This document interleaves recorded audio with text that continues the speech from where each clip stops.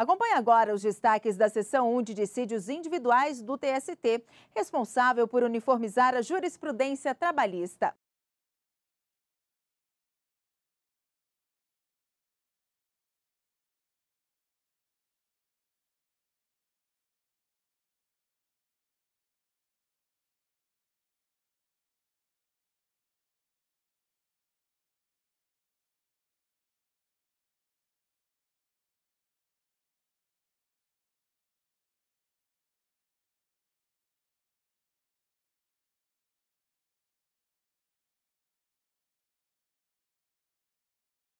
Bom dia a todos, podemos nos sentar.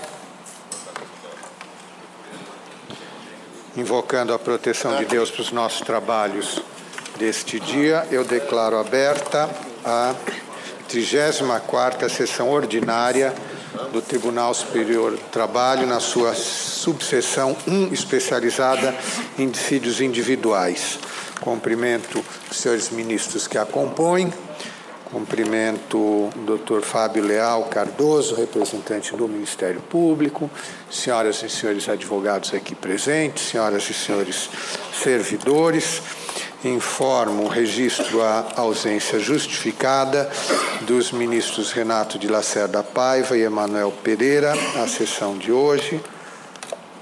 E registro que estamos realizando aqui no 5º andar, o encontro de informática de toda a Justiça do Trabalho, ela que está hoje integralmente no PJE, 100% informatizada, e estamos vendo como melhorar ainda mais a prestação dos nossos serviços à sociedade com a informatização chegando a cada vez maior acessibilidade, maior facilidade, maior rapidez na operação dos nossos processos.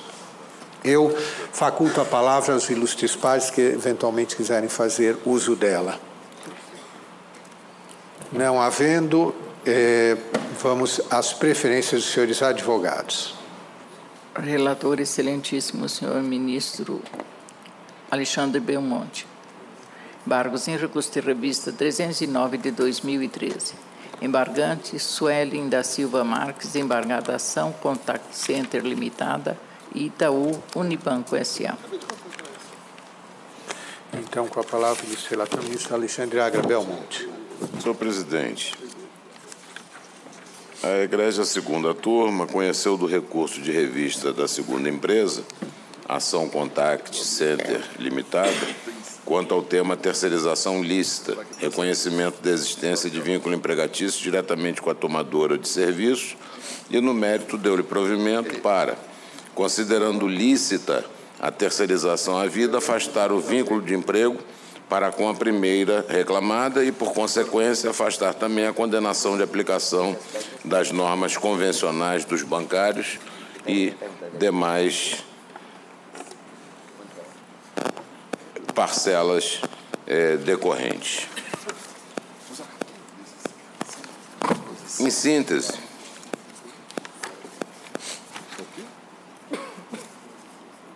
trata-se de um quadro fático descrito pelo Tribunal Regional, revelando que, não obstante o labor tenha se dado em exclusivo benefício da instituição bancária, as atividades exercidas pelo autor consistiam na cobrança extrajudicial e recebimento de créditos de pessoas jurídicas e de pessoas físicas clientes do Banco Réu por meio de telecobrança, call center, telemarketing e teleatendimento geral, fora do âmbito do estabelecimento bancário e sem subordinação e ou supervisão por esta instituição.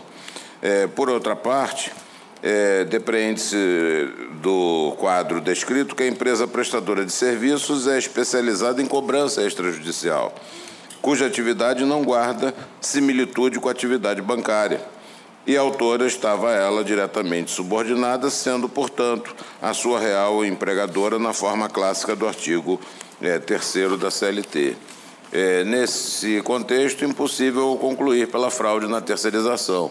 Sendo lícita a terceirização, não existe margem à alegação de contrariedade à súmula 3311 do TST. Pelo contrário, a decisão embargada ampara-se no item 3 do referido verbete simular, que expressamente autoriza a terceirização de serviços ligados à atividade meio do empregador, desde que inexistentes a pessoalidade e a subordinação direta, exatamente o caso dos autos. Por tais razões, senhor presidente, eu não estou conhecendo do recurso de embargos. Perfeito. Por enquanto, apenas o registro, né, doutor Salmano? Pergunto se há alguma divergência. Senhor presidente, senhor presidente. Pediu a palavra, ministro Brito Pereira com a palavra. A minha dúvida, senhor presidente, é que o nobre ministro relator, que traz uma tese, uma questão até que eu já defendi aqui, fiquei vencido, examina a questão, o conhecimento, à luz da licitude da terceirização. Eu fiquei na dúvida se pode partir, começar o conhecimento partindo da licitude da terceirização, porque é mérito. E Sua Excelência não está conhecendo a despeito de tratar dessa questão. Eu apenas, talvez o ministro possa me socorrer, senão eu pedirei ministro mesa Alexandre Agra com a palavra. Ministro Brito, esse foi o tema como apresentado. Na prática, eu estou conhecendo do recurso por divergência jurisprudencial específica, mas, na verdade, estou retratando aquilo que a turma... Não, você não está conhecendo. Você não está conhecendo. Perdão. Então, está bem. Sendo assim, é que Vossa Excelência conclui por não conhecer. Você não está conhecendo. Eu não estou conhecendo. Agora, você diz que conhece. Perdão. Ministro Agra, eu falei que estava conhecendo por divergência jurisprudencial específica. Tem razão. A conclusão é não conhecer. É não conhecer. Ministro... Fica com vista em mesa? Exatamente. Agradeço a Vossa Excelência. Agradeço a paciência de Vossa Excelência, ministro Agra. Não, obrigado, ministro Brito. Bem lembrado. Então, podemos chamar o outro.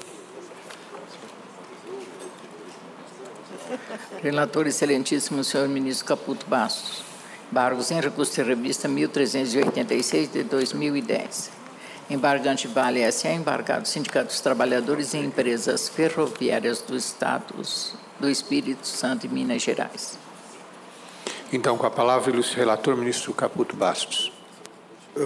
Senhor presidente, senhores ministros, trata este recurso de embargos da discussão da legitimidade ativa ad causam do sindicato em substituição processual para a discussão de direitos individuais homogêneos. E concluo eu que assim é forçoso reconhecer que a substituição processual não se restringe às hipóteses em que se discutam direitos e interesses coletivos, podendo a entidade sindical defender, inclusive, direitos individuais subjetivos da categoria que representam.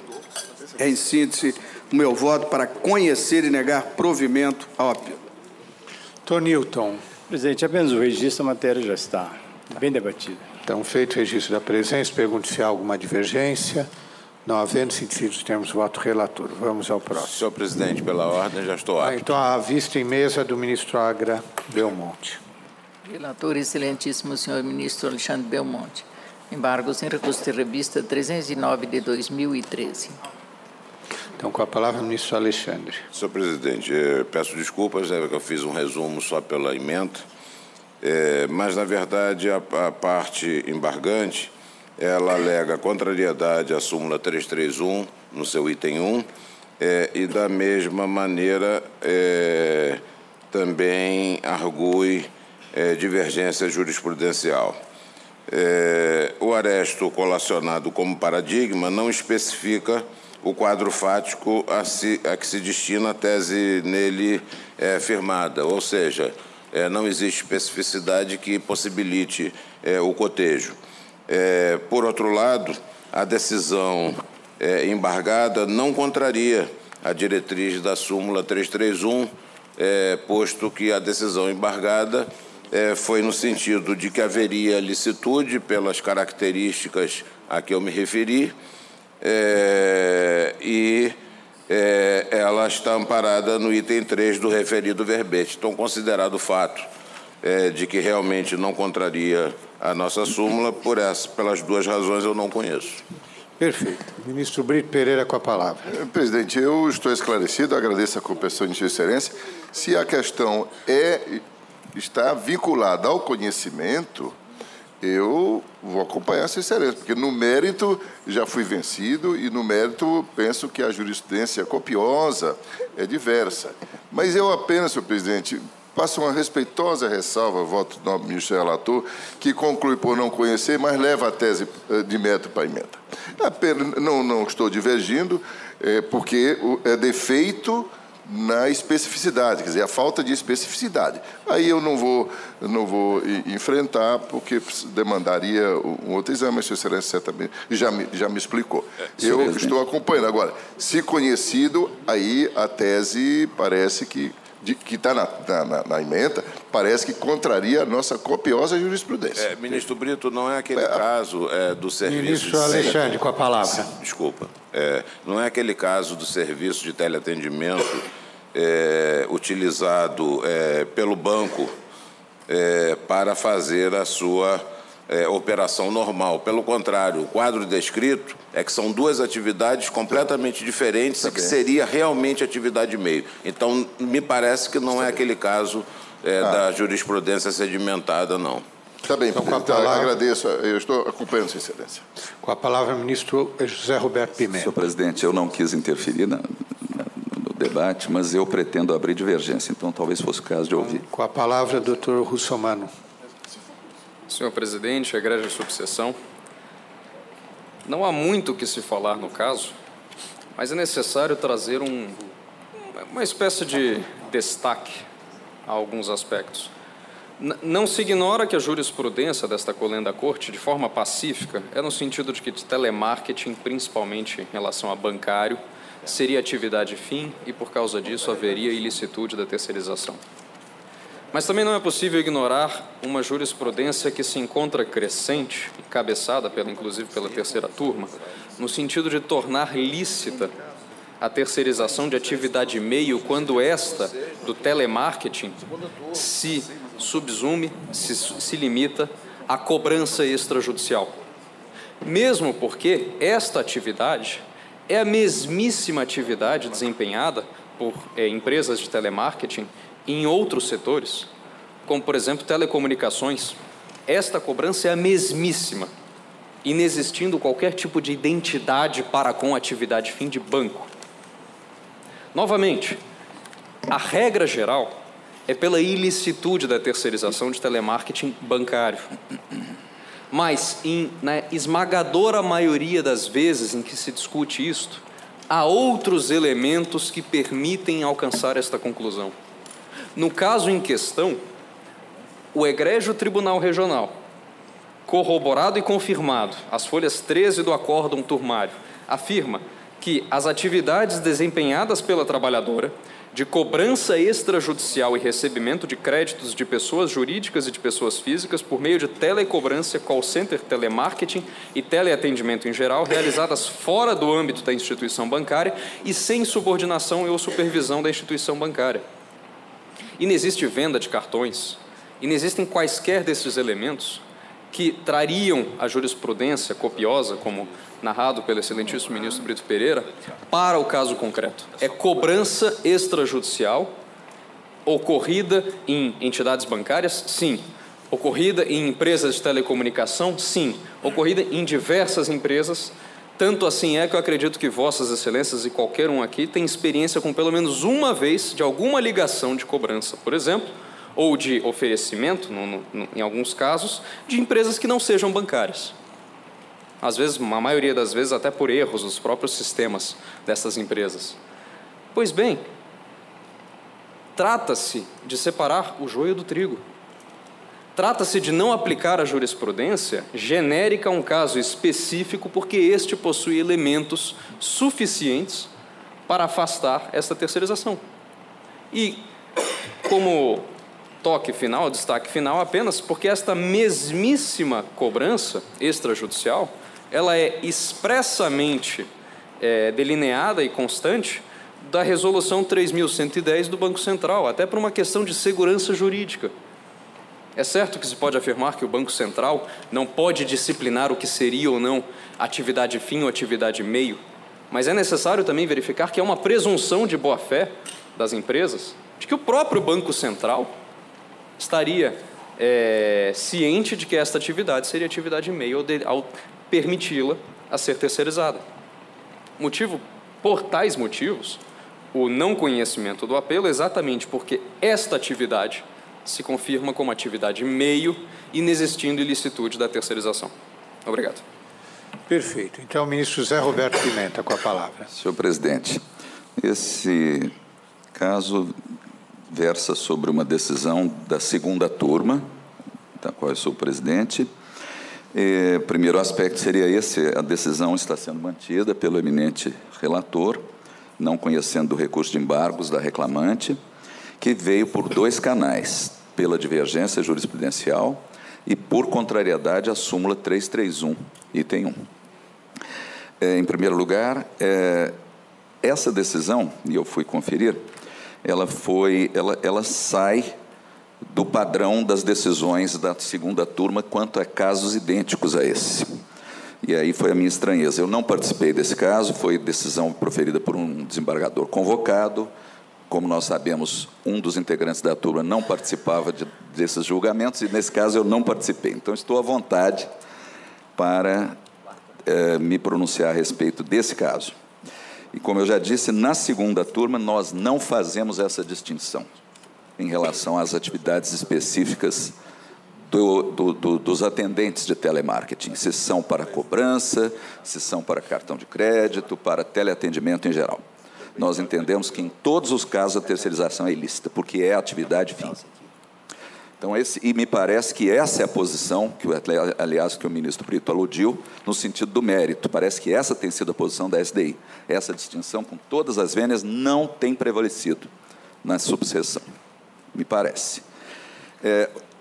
Relembro ao ministro Agra que Sua Excelência havia trazido um voto anterior, em sessão anterior, numa sessão presidida pelo ministro Brito Pereira, eu conferi aqui nas notas, e o ministro Agra começou a fazer a leitura do seu voto e falou: não, mas eu não penso assim. Isso tirou o processo de pauta e mudou. Agora trouxe o seu entendimento a respeito. Está aqui nas notas.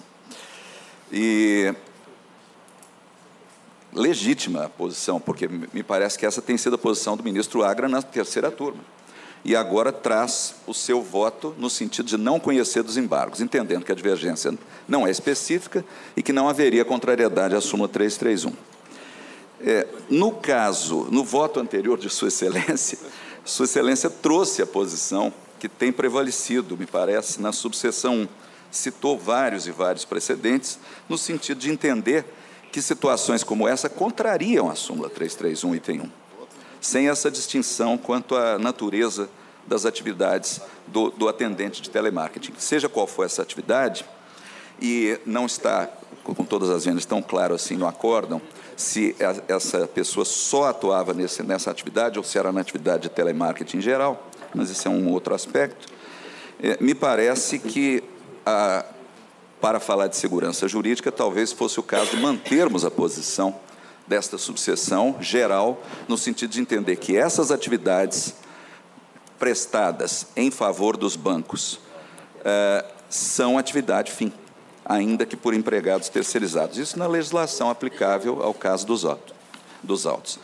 Razão pela qual eu me valho aqui, por exemplo, de precedentes que foram citados no voto anterior da SDI, dos ministros Cláudio Brandão, Augusto César Leite de Carvalho, até em agravos da minha lavra, o ERR 130.900, 39/2008, desta subseção, decisão unânime, com vários precedentes anteriores, no sentido de que esta situação delineada nos autos, sem qualquer mudança, ela contraria a súmula 331, item 1. Então, nem vou me valer da divergência jurisprudencial, se seria específico ou não, por causa dessa nuance quanto às atividades prestadas por essa empregada, mas me parece que uma situação como essa, conforme a nossa subseção tem entendido, contraria a súmula 331, item 1, por configurar prestação de serviços através de empresa interposta em atividade fim do tomador do serviço. Razão pela qual eu voto no sentido, com todas as vênias ao eminente relator, no sentido de conhecer do recurso de embargos da reclamante por contrariedade à súmula 331, item 1, do Tribunal Superior do Trabalho e, no mérito, dar-lhe provimento para, reformando a decisão proferida pela turma, declarar a formação de vínculo de emprego direto com o banco reclamado, o Itaú Unibanco, restabelecendo o acórdão do Tribunal Regional quanto ao tema, que já havia decidido nesse sentido, e determinar o retorno dos autos à segunda turma do Tribunal Superior do Trabalho para que prossiga no exame do recurso de revista da segunda reclamada como entender de direito, como era o dispositivo do voto anterior do ministro Agra Belmonte, a quem eu peço vênia para me valer desse dispositivo. É o meu voto com todas as vênias. Perfeito. Vou tomar votos, ministro. Presidente, peço a palavra. Eu não estava lembrando que esse voto, que esse processo, na verdade, estava retornando, e o ministro Freire Pimenta tem toda a razão. O que ocorreu é que eu estava trazendo um voto num determinado sentido, que não é o entendimento da terceira turma, ou seja, a terceira turma entende que nessas hipóteses a terceirização é lícita. Ou seja, quando se trata de cobrança, simplesmente, que não envolva cartão de crédito, nem nada disso, etc., atividades que podem ser exercidas até por escritórios especializados, inclusive de advocacia, por que não poderia ser feito através de telemarketing, e telemarketing específico no sentido de que ele não funciona dentro do banco, pelo contrário, e muito menos subordina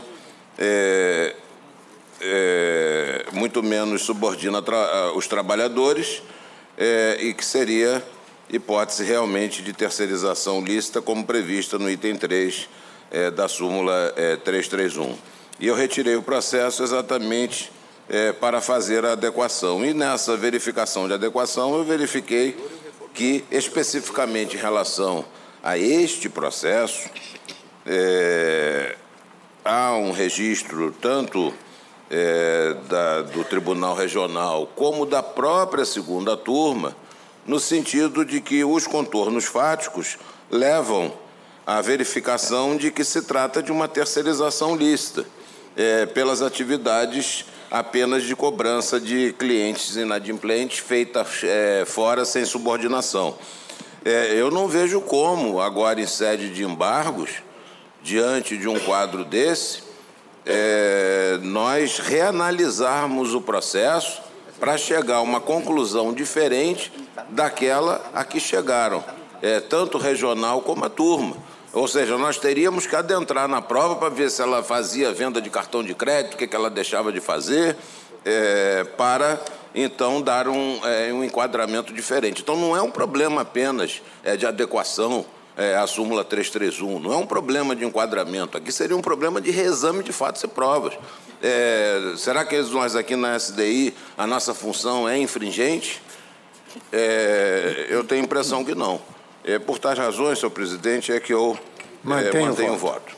Ministro Cláudio Brandão, como vota Vossa Excelência? Presidente, com a vênia do ministro relator e da Egrégia Terceira Turma, cujo precedente também é citado no voto, eu destaco a transcrição feita pelo acórdão, presidente, das folhas 8, regional, onde está consignado que o trabalho era realizado de forma exclusiva para o banco, nas atividades já mencionadas e, consoante já mencionado também, referido pelo ministro José Roberto Pimenta, esta subseção tem jurisprudência, e aí, parafraseando o ministro Brito, copiosa no sentido da tese contrária ao voto do ministro relator. Portanto, com todas as vênias, Sua Excelência, eu voto com divergência, presidente. É como eu voto. Ministro Brito Pereira, já havia adiantado o voto? Sim, presidente. Adiantei o voto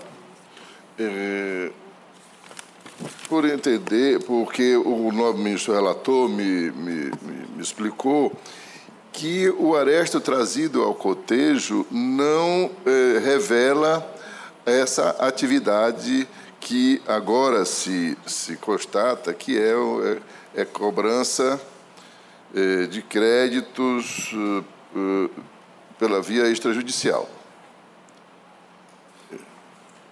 Eu vou preferir, senhor presidente, pedir vista regimental desse feito, para melhor estudar, porque, apenas para minha lembrança, senhor presidente, a cobrança extrajudicial é verdade, é legal, é extra banco, mas se for feito por uma empresa especializada. Call center é muito genérico. E eu, para não cometer uma injustiça processual aqui, eu prefiro examinar melhor essa questão, ou quem sabe, nos debates que estão em andamento, eu possa me esclarecer melhor. Mas, por enquanto, senhor presidente, eu prefiro pedir vista regimental. Presidente. Ministro Cláudio Brandão, é só para... Eu não acrescentei o meu voto, presidente, peço vênia para acrescentar que o conhecimento, tal como o ministro José Roberto, se dá por contrariedade à súmula 331. Perfeito. Por isso que não examinei se a vez específica ou não. Tal como você votou, também no mesmo sentido. Só para acrescentar o meu voto, presidente. Obrigado. Perfeito. Ministro Vieira de Mello Filho, quer adiantar voto? Senhor presidente, eu peço licença a Sua Excelência, o ministro Brito e aos demais pares, porque eu pedi uma pesquisa jurisprudencial para verificar a posição desta subseção. E, acolhido com presteza, como sempre, pela doutora Eveline, esta subseção no DRR 1144, dígito 53 de 2013, com julgamento no dia 4 de maio de 2017, com todos os integrantes àquela época, à exceção do impedimento do ministro Márcio Eurico, ou seja, ela estava completa, concluiu no voto do ministro João Oreste Dallazen que a jurisprudência pacífica da SBDI 1 do TST considera que se insere na atividade fim bancária a prestação de serviço mediante contato telefônico relativamente à cobrança de clientes da instituição financeira. É o item 1 da ementa. A prestação de serviço dessa natureza acarreta reconhecimento de vínculo de emprego diretamente com a instituição financeira privada, não obstante se cuide de contrato de trabalho formalmente celebrado com a empresa do ramo telemarketing. Incidência da diretriz sufragada no item 1 da súmula 331, precedentes da subseção do TST. E aí arrola uma série de precedentes desta subseção. De outro lado, comungando com o meu eminente colega, ministro Cláudio, que compõe a 7ª turma, nós recentemente também julgamos no recurso de revista esse também é da STI 1, do ministro Cláudio Brandão, agravo regimental em embargos em EDRR 2099-21-2011, serviço de cobrança em benefício do banco recorrente, no mesmo sentido. E também, no âmbito da 7ª turma, o mais antigo, da lavra da ministra Adelaide, no mesmo sentido.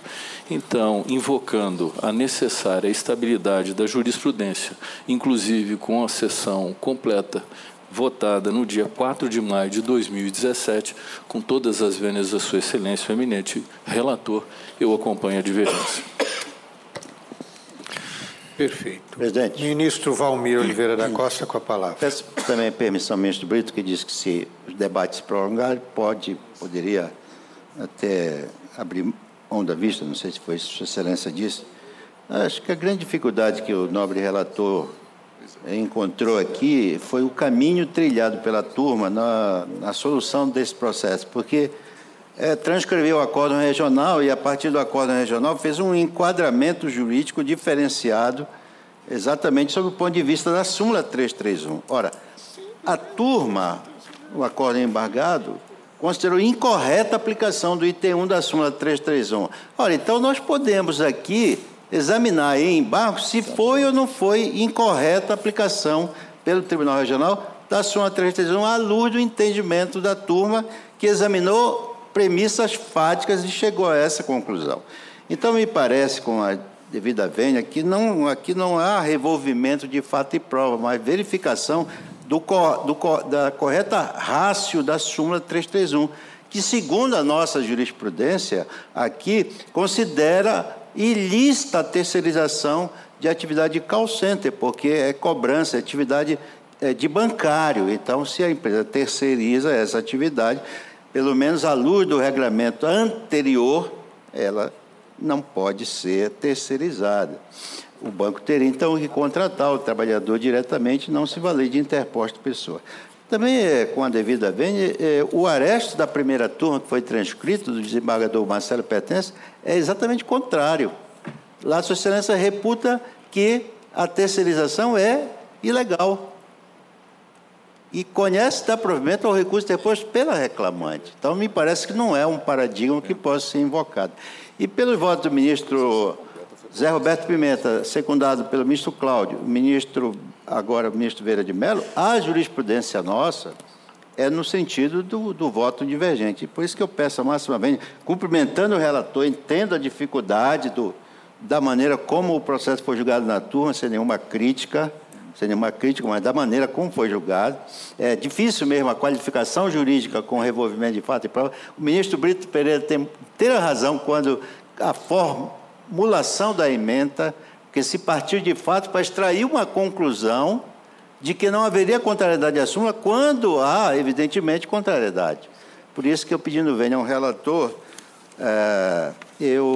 embora, mais uma vez, cumprimentando Sua Excelência, eu acompanho a divergência, presidente. Ministro Augusto César, com a palavra. Senhor presidente, eu também vou pedir vênia ao ministro Brito Pereira, mas em função dos precedentes da SDI1, que me parecem pertinentes, eu também acompanho, com a vênia do ministro relator, acompanho a divergência. Ministro Augusto César. Mais alguém deseja? Senhor presidente. Voto? Ministro Márcio, com a palavra. Neste precedente citado pelo eminente ministro Vieira de Mello, que é da relatoria do ministro Dall'Azen, DRR 114453, fiquei efetivamente vencido, mas era impedimento? Ah, bom. Mas além deste,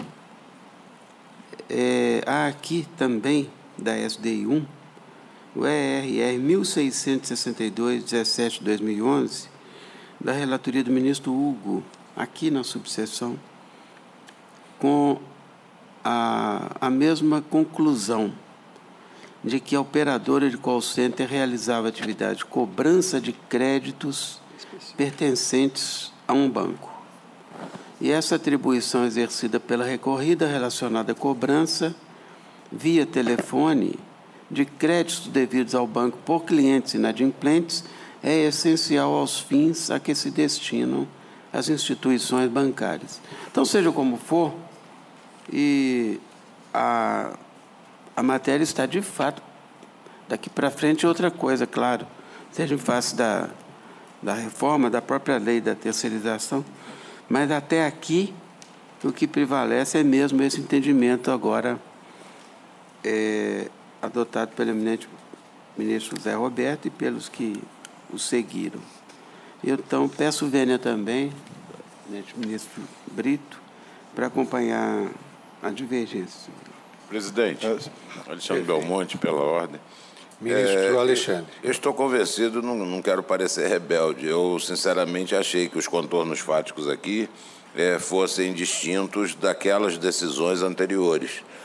Aqui não tem questão de cartões de crédito, etc., era só atividade de cobrança. Mas, diante dessas decisões acachapantes que foram aqui apresentadas, eu me curvo aqui e vou também passar essa orientação para a terceira turma, e, nesse caso, então, eu reformulo o voto apresentado por disciplina judiciária, embora o meu entendimento do mérito fosse outro a respeito. Achei que não pudesse ultrapassar o terreno aqui do conhecimento, mas já fui convencido de que, realmente, diante do fato de ter sido por divergência jurisprudencial e por contrariedade, de que essa decisão estaria justamente contrariando as decisões nossas e em razão de estabilidade, eu, nesse caso, me curvo, reformulo o voto, e aí eu conheço e dou provimento. Não? Senhor presidente. Quem pediu a palavra? Ministro Brito. Vossa Excelência bem recorda que eu disse que pedi vista regimental, mas estava de ouvidos abertos para que os debates não haviam terminado. Eu já estava conferindo aqui, o conhecimento já estava teoricamente decretado. Eu continuo acompanhando o ministro Agra agora no seu novo voto e agradeço a Sua Excelência e saúdo pela leitura que fez da compreensão da Egrégestei. Eu conheço e provejo como Sua Excelência subscrevendo os votos aqui. Ministro José Roberto, senhor presidente, em primeiro lugar, louvando a grandeza e a lealdade do ministro Agra, que acompanha, então, o entendimento que demonstrou-se pacificado aqui na subseção 1. Eu só lembraria que o conhecimento tem que ser por contrariedade à súmula, não é por divergência, e nos termos que eu tinha colocado, que eu me valido do dispositivo anterior. Sim. Porque tem que mandar voltar para a segunda turma. É aquele dispositivo que eu fiz a leitura. Não, se for necessário, eu leio novamente. Não é isso, ministro? Não. Tá. Porque tem que determinar o retorno à segunda turma. É nos termos do seu dispositivo. É seu. Só vou, ministro Alexandre Agra. Né? Eu acho que tecnicamente é isso. É o meu voto anterior. Realmente tem que restabelecer o acórdão do TRT e determinar o retorno à segunda Engraçado, turma. Eu tenho a impressão que o TRT já havia decidido. Foi a turma e determinar o retorno à segunda turma para prosseguir no exame do recurso. Então, deixa eu só registrar o meu voto, seguindo agora a mudança do ministro relator, mas com ressalva, colocando a seguinte preocupação. Call center é atividade que tem fundamentalmente 3 modalidades de atuação: cobrança, acolher reclamações e telemarketing. São essas 3 atividades que se fazem em call center. Para bancos, hospitais, companhias aéreas, telefônicas, empresas comerciais em geral. Todos os ramos, hoje, comerciais utilizam call center. Nós acabamos estabelecendo, interpretando a súmula 331, por isso que eu entendo que eu estava seguindo o ministro Agra, entendendo que não havia contrariedade, nós teríamos que conhecer por divergência, não há divergência específica. Então, contrariedade à súmula 331. A súmula 331 apenas distingue atividade fim e atividade meio, em geral, dizendo que a atividade fim não pode ser objeto de terceirização. Ora, se nós conhecemos por contrariedades, temos que aplicar no mérito a 331. Aí sim, teríamos que aplicar de acordo com a jurisprudência já majoritária da sessão. Mas minha preocupação continua porque nós temos 2 temas no Supremo Tribunal Federal, o 725, 729 ou 739, sobre questão de terceirização, e o que mais chama a atenção, exatamente porque a questão de call center é generalizada e acabamos dizendo que para telefone é atividade fim porque usa o telefone, para banco porque há cobrança através de call center, o ministro Fux acabou acolhendo o tema de repercussão geral por violação ao artigo 5º 2, o que é raríssimo acontecer.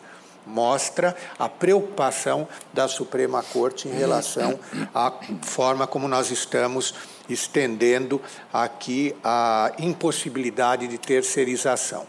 Hoje nós temos a Lei 3.429, claríssima, marcos regulatórios claros em relação à questão da terceirização.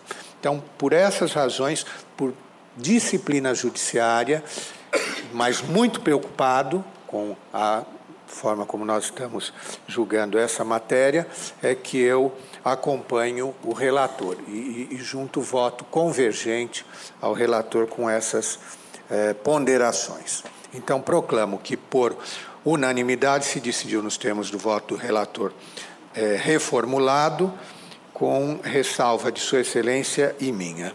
Senhor presidente, eu peço a palavra pela ordem, o ministro Valmir Oliveira da Costa. Ministro Valmir. Eu peço permissão para falar como integrante da Corte, mas também como presidente da Comissão de Jurisprudência, em substituição ao ministro Dallazen. Também para que nós possamos ter segurança jurídica e previsibilidade, eu rogaria a Vossa Excelência que submetesse ao Tribunal Pleno, antes do final do ano, as alterações de súmula EOJ que a Comissão de Jurisprudência propôs, porque nós lá temos um caminho para adotarmos a regra de direito intertemporal, o que talvez trouxesse à coletividade uma pacificação a respeito desse tema, para que nós não fiquemos aqui discutindo o que era antes e o que é depois. A STI já fixou a tese de que a lei não se aplica aos processos que estavam em curso no momento da lei. Então, me parece que Vossa Excelência tem razão, nós podemos debater para o futuro. Agora, debatermos num processo deste, em uma situação jurídica pré-constituída e estabilizada, a aplicação da nova lei, me parece que vai um caminho. Mas, para isso, o tribunal precisa se manifestar. Se a alteração da medida provisória, que se aplica a lei aos contratos vigentes, se nós vamos seguir ou se nós vamos seguir a Constituição Federal e a lei de introdução que estabelece o respeito ao ato jurídico perfeito, direito adquirido e conjugado. Então, eu rogaria a Vossa Excelência para nós, me parece, tranquilizarmos nós mesmos internamente e sinalizarmos para a coletividade qual é o caminho que o TST vai adotar, porque, vez ou outra, nós estamos verificando na imprensa, juiz X aplica para o passado, outro aplica para o futuro, e o TST fica aqui imóvel e não adota. Me parece que uma posição firme, por um ponto ou outro, ou vamos aplicar logo imediatamente, ou vamos respeitar. Eu peço, até desculpa a Vossa Excelência se eu o surpreendi, mas Vossa Excelência que mencionou, embora tivesse o direito de fazê-lo, a nova lei. Então, vamos trazer a jurisprudência alterada.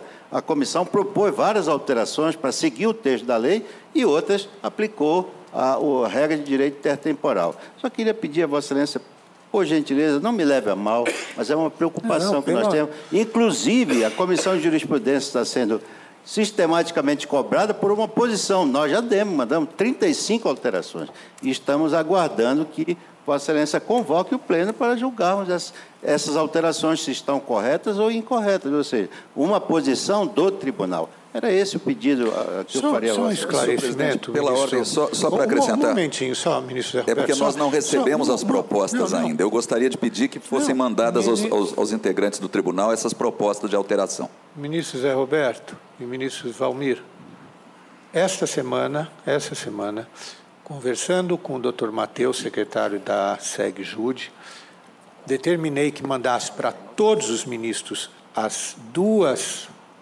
blocos de propostas, marcando para o dia 6 de fevereiro uma sessão plenária do Tribunal Superior do Trabalho para enfrentarmos o que for possível enfrentar, porque são 35 súmulas. Por que joguei para fevereiro? Porque com a súmula, o artigo 702, nós temos que fazê-lo com 30 dias de antecedência e, ao mesmo tempo, convocar as entidades que devem se manifestar eventualmente na discussão. Então, todos os colegas estão recebendo esta semana, já despachei, já mandei. Então, cumprimento primeiro a Comissão de Jurisprudência pela sua operosidade, recebi um primeiro bloco, agora dia 13 ou 14, recebi o segundo bloco, já foi tudo colocado. E lembro ao mesmo tempo que a questão intertemporal, de certa forma, também foi enfrentada agora com a medida provisória 808, que trata da aplicação aos contratos vigentes da Lei 3.467. Ministro Valmir, ainda deseja fazer uso da palavra? A informação de Vossa Excelência eu não sabia, mas eu ponderaria que a Comissão de Jurisprudência, eu quero deixar público aqui, também está com estudo a respeito da aplicação do artigo 702F, que é uma questão prejudicial que a comissão pretenderia apresentar antes de Vossa Excelência já dar aplicabilidade do dispositivo, não é? Seguir o procedimento, sem ouvir o tribunal, pelo menos respeitosamente assim entendo, a respeito de esse dispositivo ser aplicado ou não ser aplicado. Vai ser uma questão prejudicial que eu pretendo, se a comissão estiver de acordo, apresentar. Então, se Vossa Excelência já trilha o caminho de seguir o procedimento, a rigor estaria prejudicada essa proposta que eu pretenderia apresentar. Ministro Valmir, porque se Vossa Excelência levanta na sessão que está sendo marcada essa questão e o tribunal entende de que não é preciso o pronunciamento de todos, nós estaríamos entrando já no mérito. O que eu não quero é atropelar, fazer a sessão antes, chegamos à conclusão que é aplicável e aí não podemos absolutamente decidir porque a lei vigente é essa. Então, eu não estou querendo atropelar nem um sentido nem no outro. Não, por isso, por cautela, eu não estou atropelando nada. Eu não estou atropelando nada. Eu estou propondo que Vossa Excelência, pelo menos informalmente, se for o caso, se assim entender, Vossa Excelência é o presidente, convoque o tribunal para uma reunião para nós discutirmos isso.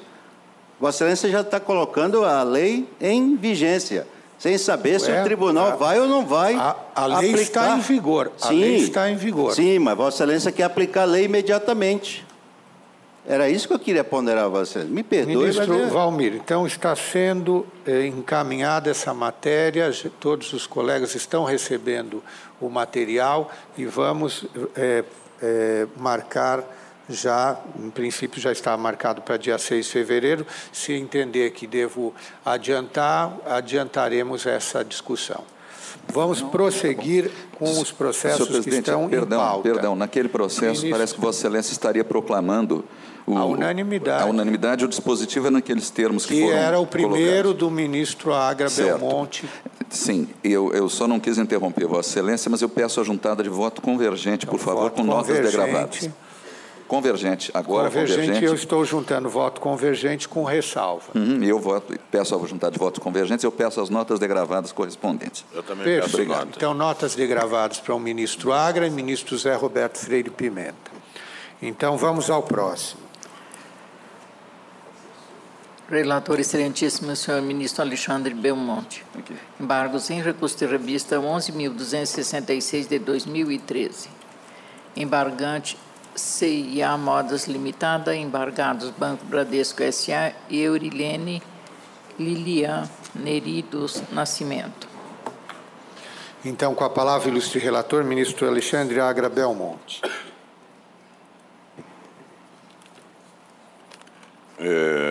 Senhor presidente, senhores ministros, o ministro-presidente da segunda turma negou o seguimento ao recurso de embargos interposto pela reclamada CIA Modas, o qual veiculava discussão em torno dos temas vínculo de emprego com tomador de serviço, terceirização ilícita e multa prevista no artigo 1026, parágrafo 2º do CPC de 2015.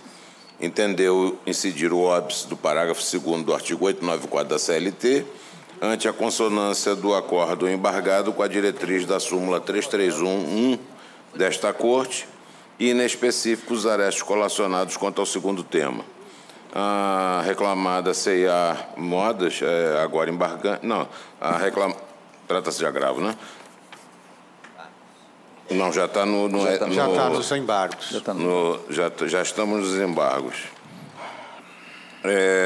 Interpôs, então, o agravo regimental, conhecido, e dado provimento a ele, e passamos, então, aos embargos.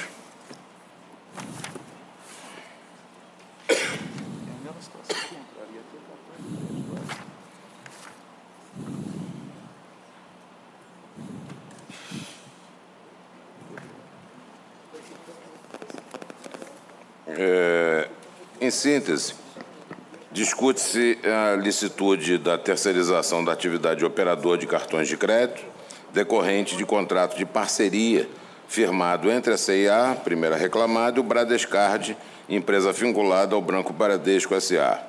Objetivo autora sem enquadramento na categoria dos bancários é a declaração da ilicitude da terceirização, para fins de reconhecimento de vínculo direto com a instituição financeira e, consequentemente, beneficiar-se das vantagens inerentes a essa categoria profissional.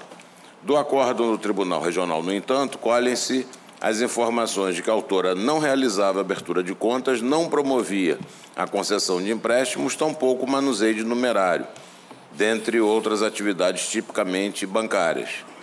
Ao contrário, suas atividades consistiam no atendimento de clientes da CIA para prestar esclarecimentos quanto à fatura do cartão de crédito da própria empresa, oferecimento de produtos a ele relacionados, podendo ainda oferecer o cartão bandeirado para os clientes que fossem selecionados para essa finalidade. Atividades essas, portanto, circunscritas à dinâmica empresarial da primeira reclamada C&A Modas, as quais definitivamente não se enquadram entre aquelas principalmente bancárias.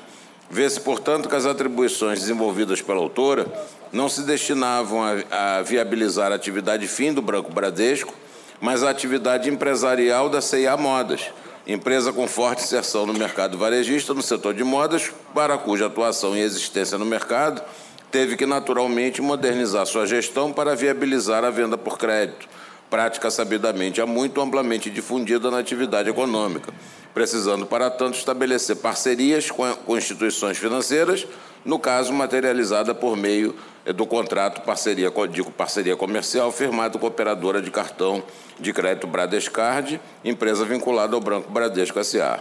Desse contrato, naturalmente, é que surgem negociações peculiares e próprias do mundo do negócio, como, por exemplo, a de oferecimento do cartão de crédito com a bandeira da instituição financeira, que só por esse aspecto não repercute nas relações de trabalho, a autorizar a compreensão de existência de subordinação estrutural apta a nulificar uma relação jurídica validamente constituída.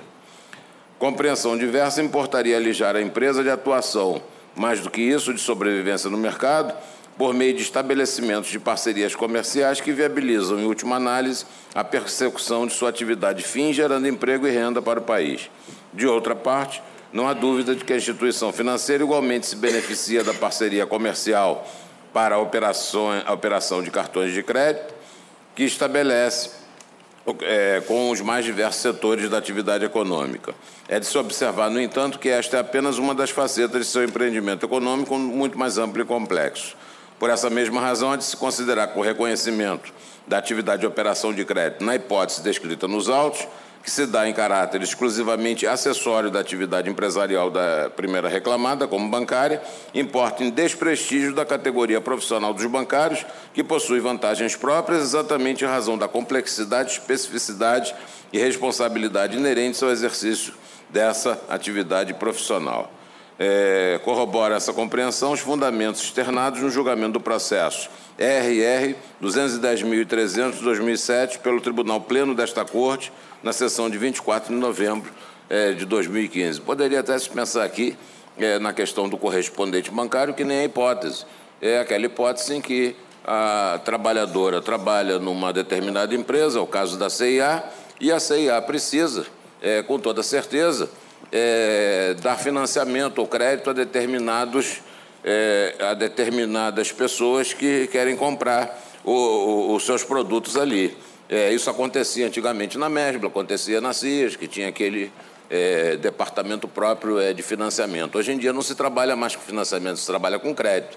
E para poder facilitar a aquisição de mercadorias e outras coisas mais, dentro de uma empresa como essa, ela precisa, então, em parceria com determinados bancos ou coisa parecida, poder viabilizar isso. Mas era tendente da C&A e aplicar isso à categoria dos bancários, para ela fazer uma operação, realizar uma operação, que é uma operação própria de vendas da C&A, me parece que há uma distância muito grande.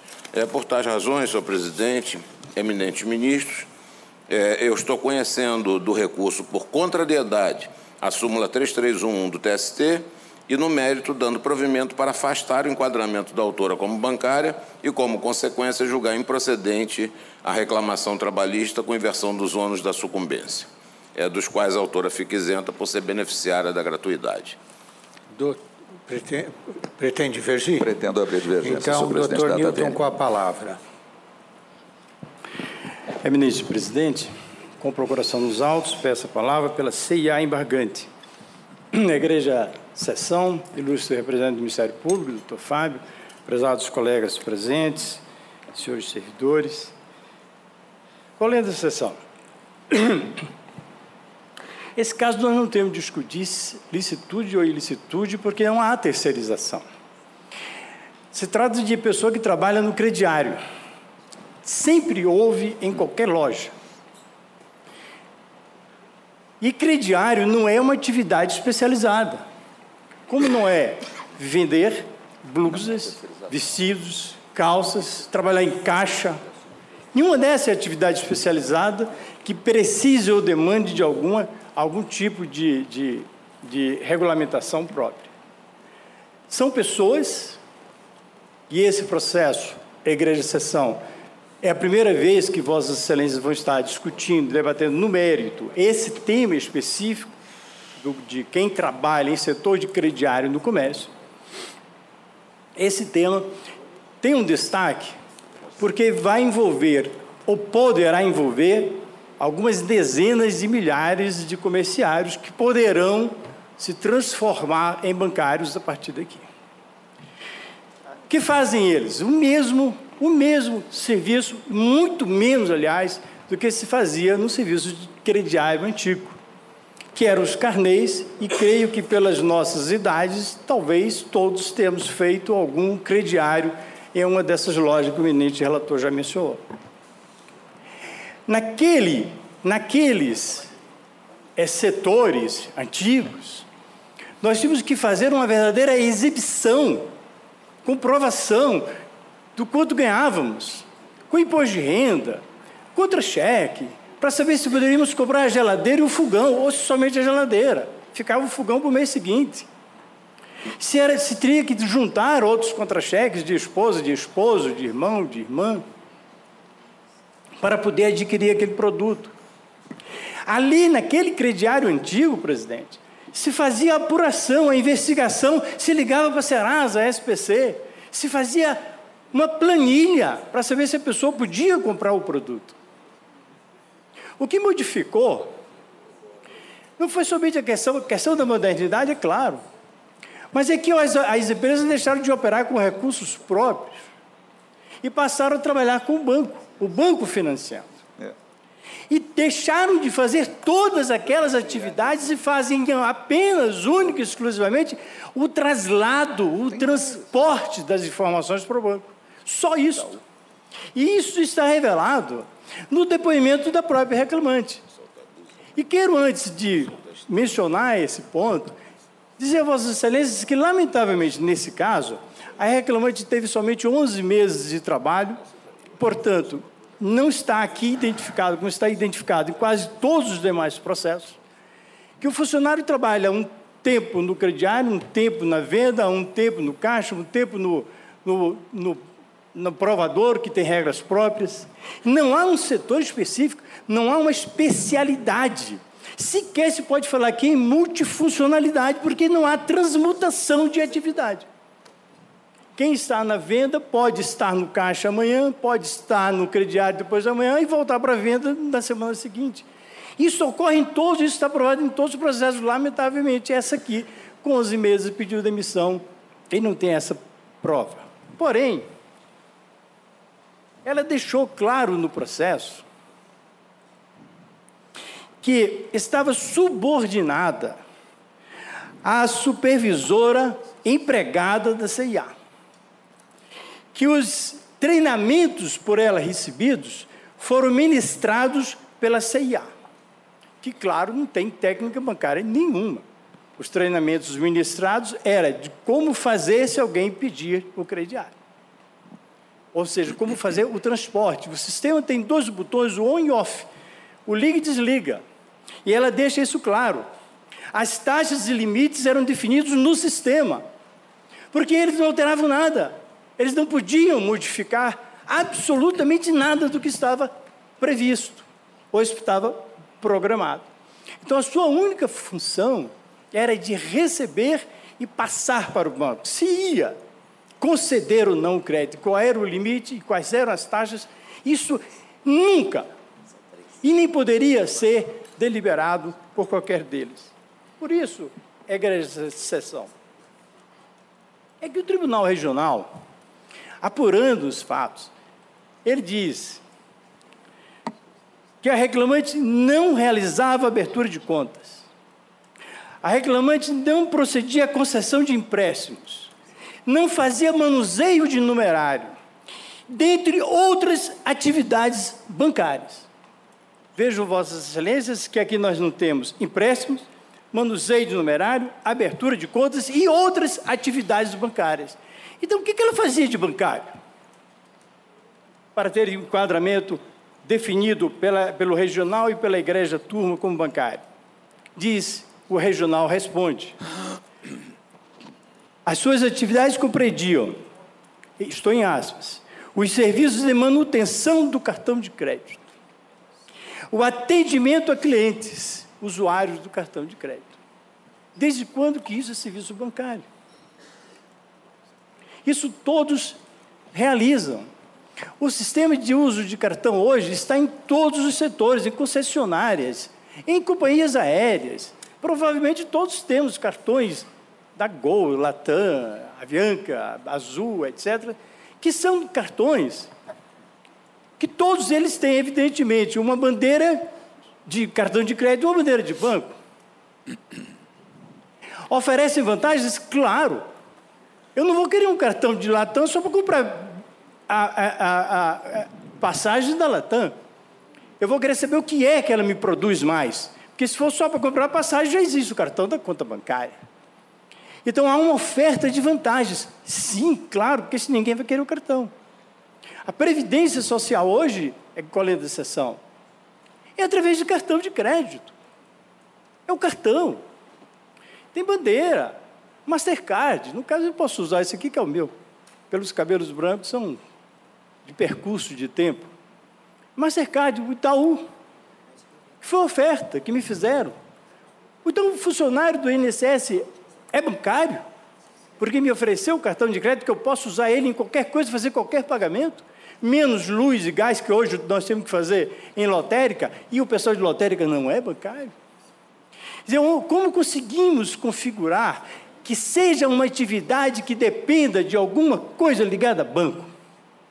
De que maneira nós vamos apanhar a Lei 4.595 e colocar sobre essa pessoa, que não faz, segundo a região, as atividades bancárias, faz um transporte e atende uma pessoa para pagar a fatura? Como é que eu pago?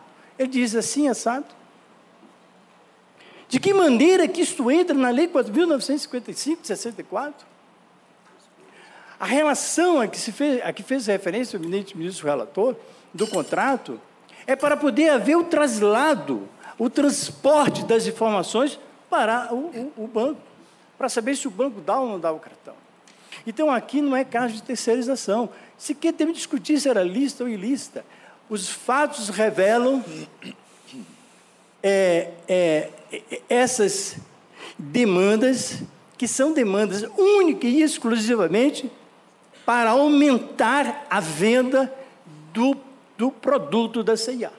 Como é para aumentar a venda do produto da companhia aérea, como é para aumentar a venda do produto das concessionárias, etc. Essa é a atividade que é produzida. Tonilton, eu tenho mais 1 minuto para concluir. E concluo, presidente, dizendo que o que faz o regional aplicou a 331. A igreja turma aplicou a 331. Os embargos sustentam que há contrariedade a 331, porque não é matéria, primeiro, de terceirização, e não seria matéria lícita ou ilícita de terceirização. A atividade é atividade própria de comerciário, típica de comerciário, um comerciário que está um mês no crediário, um mês na venda, um mês, como já disse a Vossas Excelências. Pede-se o conhecimento por contrariedade da súmula 331, hoje já diversos outros precedentes de turma, sobretudo da terceira turma, em sentido de que essa não é uma atividade especializada. Portanto, é atividade comerciária, espera-se que Vossas Excelências conheçam, por contrariedade, a súmula 331 e dê provimento para retirar os 20 pedidos que estão no processo, todos eles relacionados à aplicação da lei bancária e às normas coletivas dos bancários. Obrigado. Então, o ministro José Roberto Pimenta com a palavra. Senhor presidente, senhores ministros, esse caso, com todas as vênias, e louvando a combatividade do ilustre patrono da reclamada CIA Modas Limitada, esse caso é como o anterior, no mesmo sentido, e com o detalhe de que aqui nem sequer era cobrança, que são as atividades de cartão de crédito em geral, todas relacionadas ao cartão de crédito. Essa decisão embargada foi da minha lavra, da minha relatoria na segunda turma, e foi na esteira da jurisprudência largamente mencionada no julgamento anterior. Eu não vou aqui cansá-los repetindo a mesma matéria, mas desde a sentença, passando pelo acórdão regional, chegando à decisão da Egrégia segunda turma, se discutiu a questão sob a ótica da terceirização ilícita. Foi proclamada a existência de terceirização ilícita, nesse caso, pela prestação de serviços de atividade fim dessa reclamante em favor da tomadora dos serviços e dos bancos envolvidos. E foi determinado, desde o primeiro grau, o reconhecimento da relação de emprego dessa reclamante com o segundo reclamado, o Banco IB, Banco Múltiplo. O Banco Bradesco também participou. É uma relação múltipla de instituições bancárias. A decisão foi no sentido de reconhecer a relação de emprego com esse banco múltiplo, Banco IB múltiplo. Temos muitos casos, todos nós conhecemos a situação desse reclamado, os processos repetitivos são um fenômeno recorrente no Tribunal Superior do Trabalho, e realmente o ministro Agra é coerente com a posição da terceira turma. Como já foi dito no julgamento anterior, essa posição não corresponde ao entendimento desta subseção. Todos os casos em que se discute a mesma situação que está posta nesses autos é no sentido do reconhecimento da ilicitude da terceirização pelos fundamentos que foram longamente expostos no julgamento anterior, aos quais eu faço remissão e não vejo necessidade de reiterar agora. Só ponderaria que essa situação do crédito dessas lojas é uma situação realmente importante. No passado era feita pelo crediário, mas o crediário era pelos empregados do próprio estabelecimento. O próprio estabelecimento tinha seus empregados que cuidavam do crédito, agora é por essa terceirização. Então, realmente, nós estamos reconhecendo que há uma relação de emprego. Agora, a relação de emprego é com o banco, que tem a atividade fim, que é prestada. Não estou dizendo que a CIA deveria assinar essa carteira de trabalho, mas a carteira de trabalho dessa reclamante será assinada, se mantida a decisão desde o primeiro grau, pelo banco, na medida em que se entende, à luz da legislação aplicável a esse caso, que a terceirização aqui praticada foi ilícita. Quanto à contrariedade à súmula 331 do TST, que agora está sendo reconhecida pelo ministro Agra, me parece que ela trata de terceirização. Então, a discussão é de terceirização. Se a atividade é fim ou é meio, se é lícito ou ilícita essa terceirização.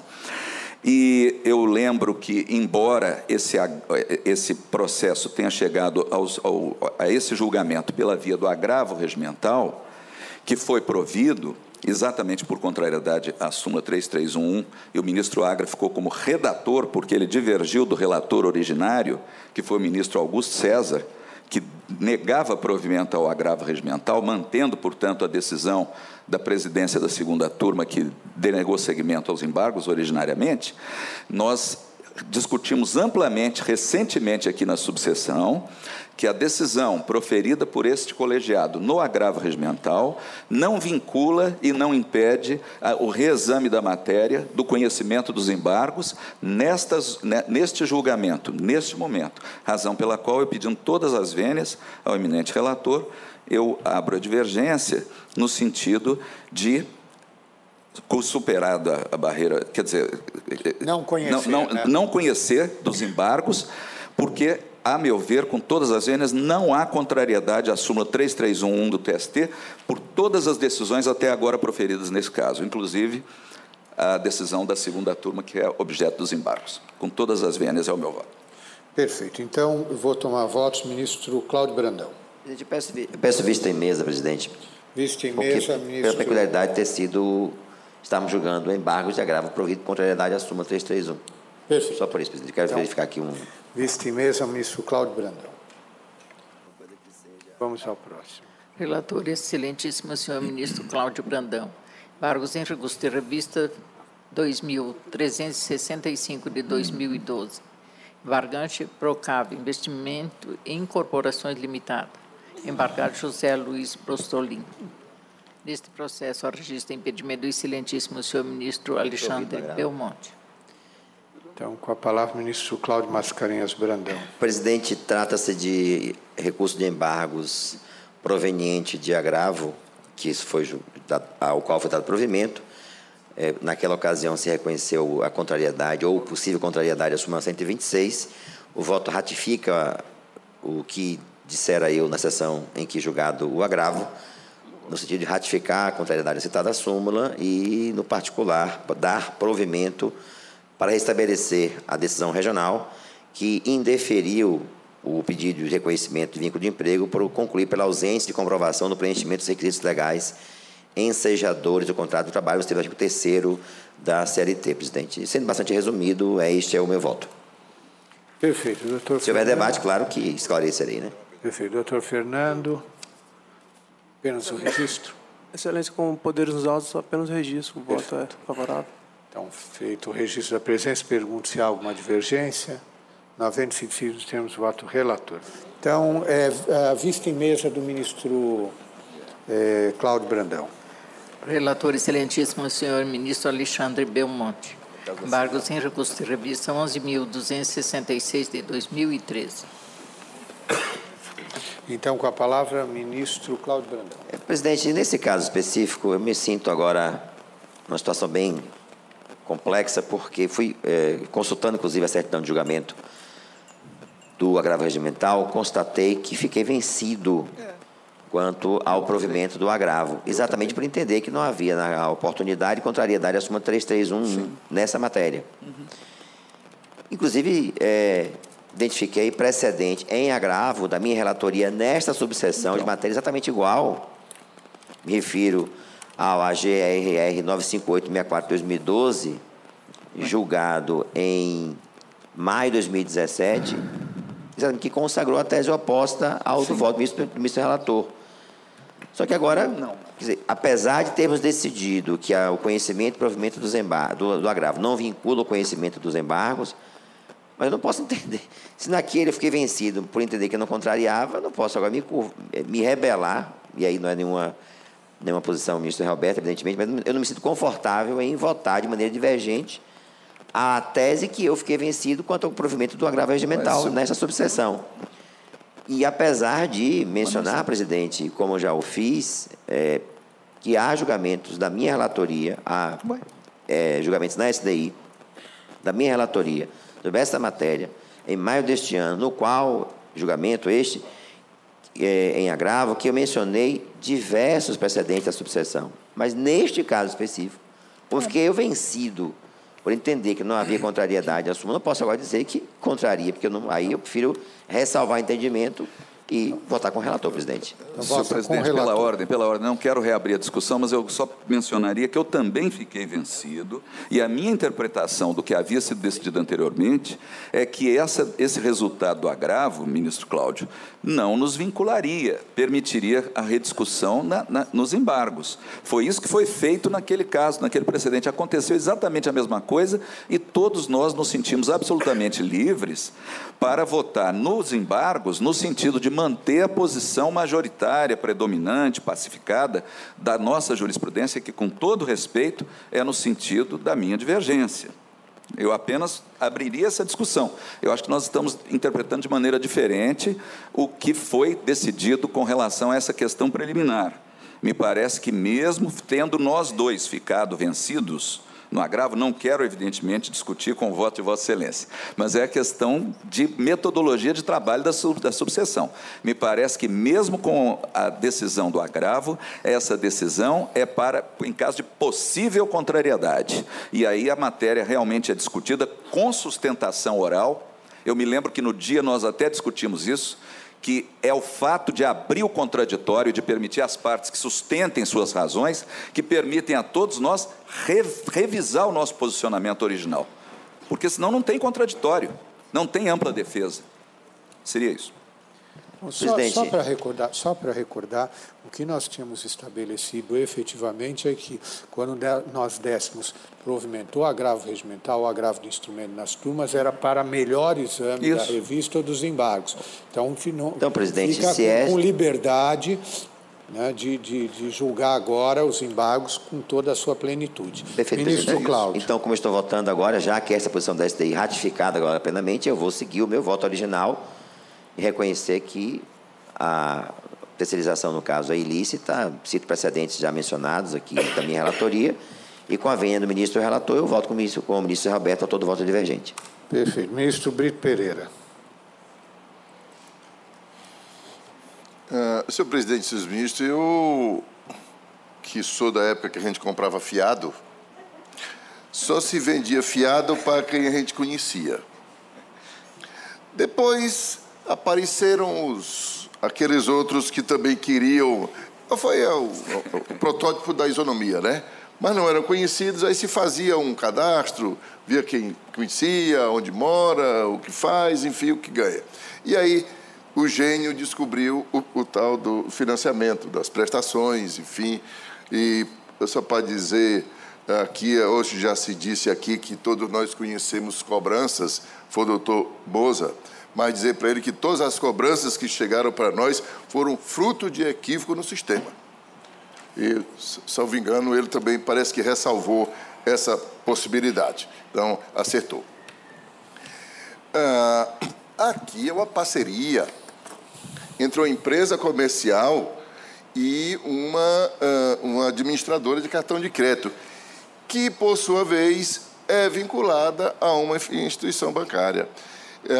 A admissão dessa empregada pela empresa comercial... estou falando isso, senhor presidente, porque creio que não há...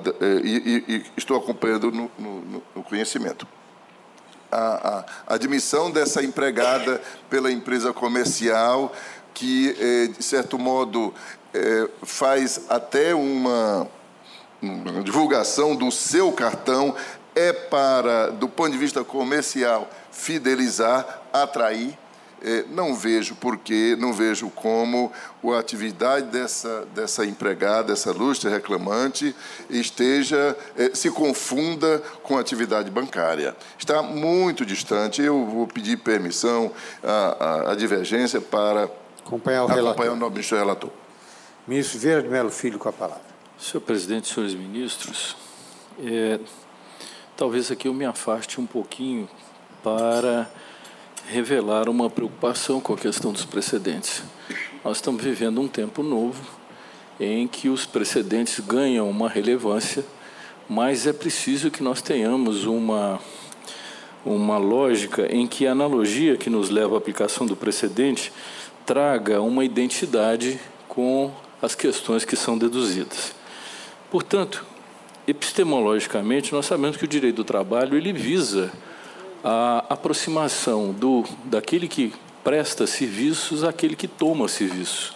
Essa é a nossa lógica, é o conhecimento prévio. Ou seja, se houver a caracterização dos elementos relativos à relação de emprego, se caracteriza um contrato de trabalho, era a nossa antiga norma, inclusive. Axiologicamente, nós temos a vinculação dessa relação entre quem toma e quem recebe sob subordinação, pessoalidade, não onerosidade, não eventualidade, como valor fundamental, que é um valor de uma valorização do trabalho humano. O que me parece aqui no caso concreto e na hora da analogia para a utilização do precedente é esse problema do paradigma da norma do caso concreto. Todo o sistema que nós discutimos, ele nos leva a aproximar o tomador da atividade preponderante da empresa. Quando nós reconhecemos no precedente central que, no caso dos bancos, a atividade de call center, de cartão de crédito ou oferecimento de cartões e outras coisas semelhantes, através do telemarketing, inclusive cobrança, é porque é uma aproximação da atividade do call center com a atividade do banco. Por isso que a nossa jurisprudência fez esse link. em face daqueles princípios que regem o direito do trabalho. Agora, o que nós temos nesse caso concreto? Não é a mesma situação fática.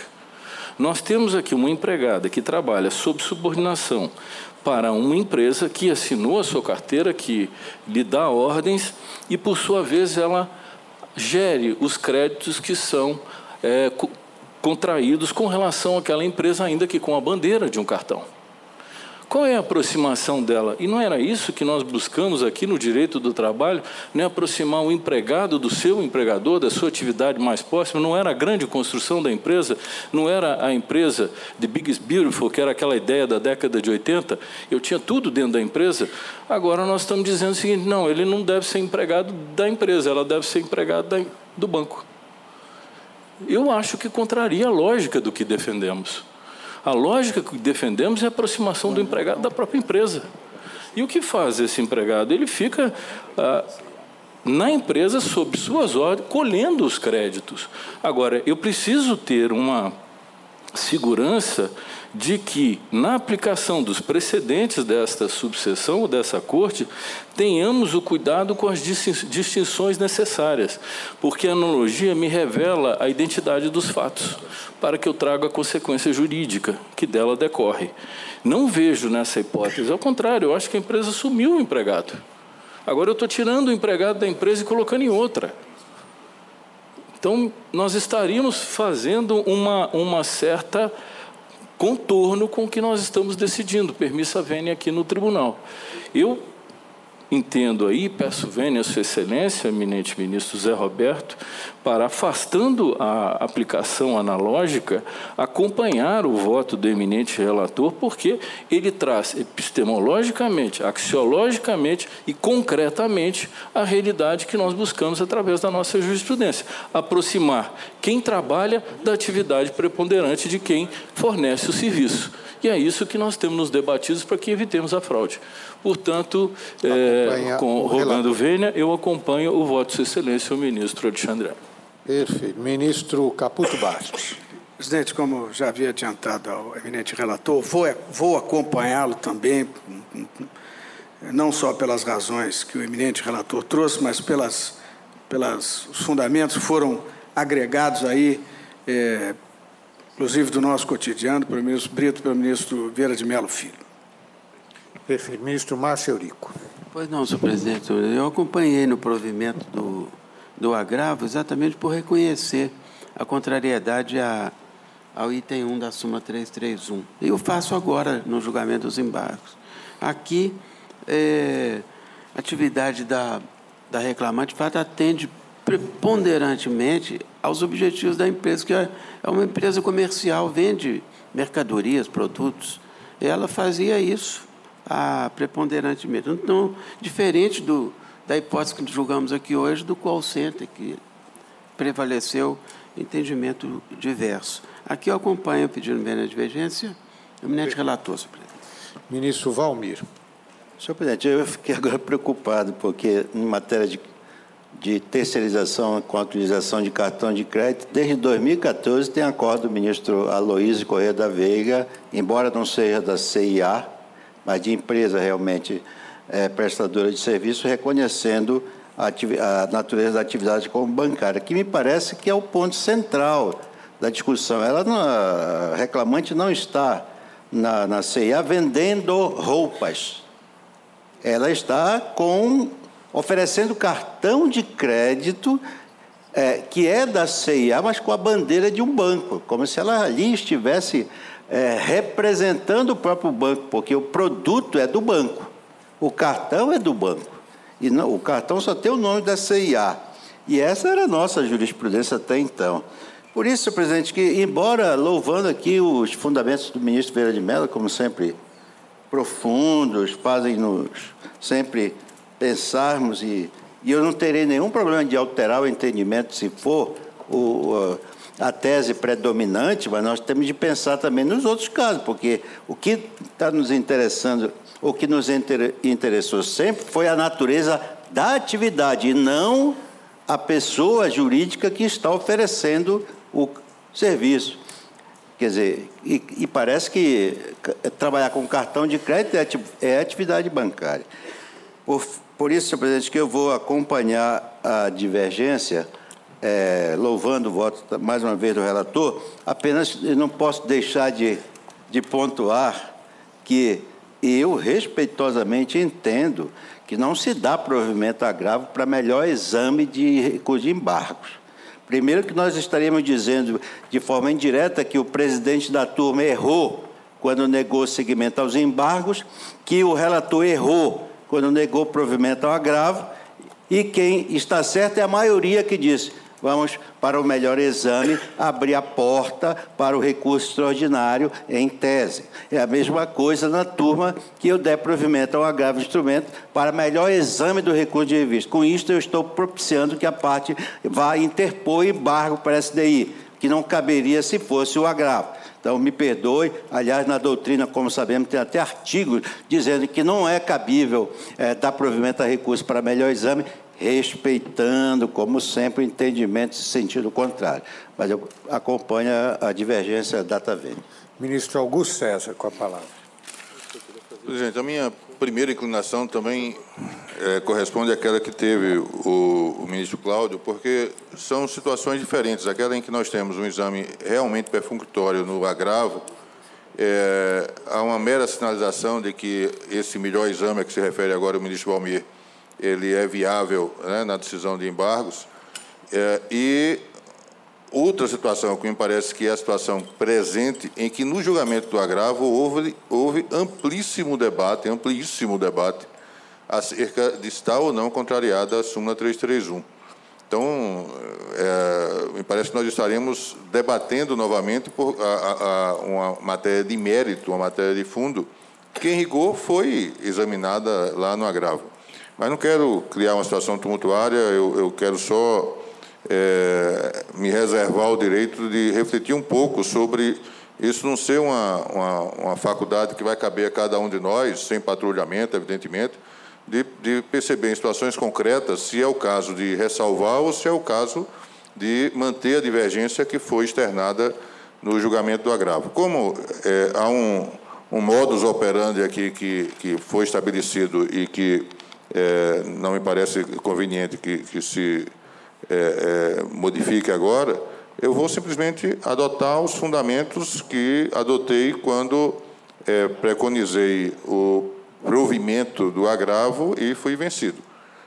Sei que a matéria é uma matéria que está numa zona gris, as considerações que acabou de que o ministro Vieira de Mello acabou de fazer são judiciosas, são ponderáveis, mas apenas por coerência interna aqui no processo eu vou acompanhar a divergência, mas reservo o meu direito de refletir um pouco mais a respeito dessa situação em que nós temos um agravo regimental provido por contrariedade à súmula e, no segundo momento, depois de um amplo debate a respeito de estar ou não contrariada essa súmula, nós ficarmos na contingência de necessariamente adotarmos a mesma posição vencida que tínhamos no julgamento do agravo.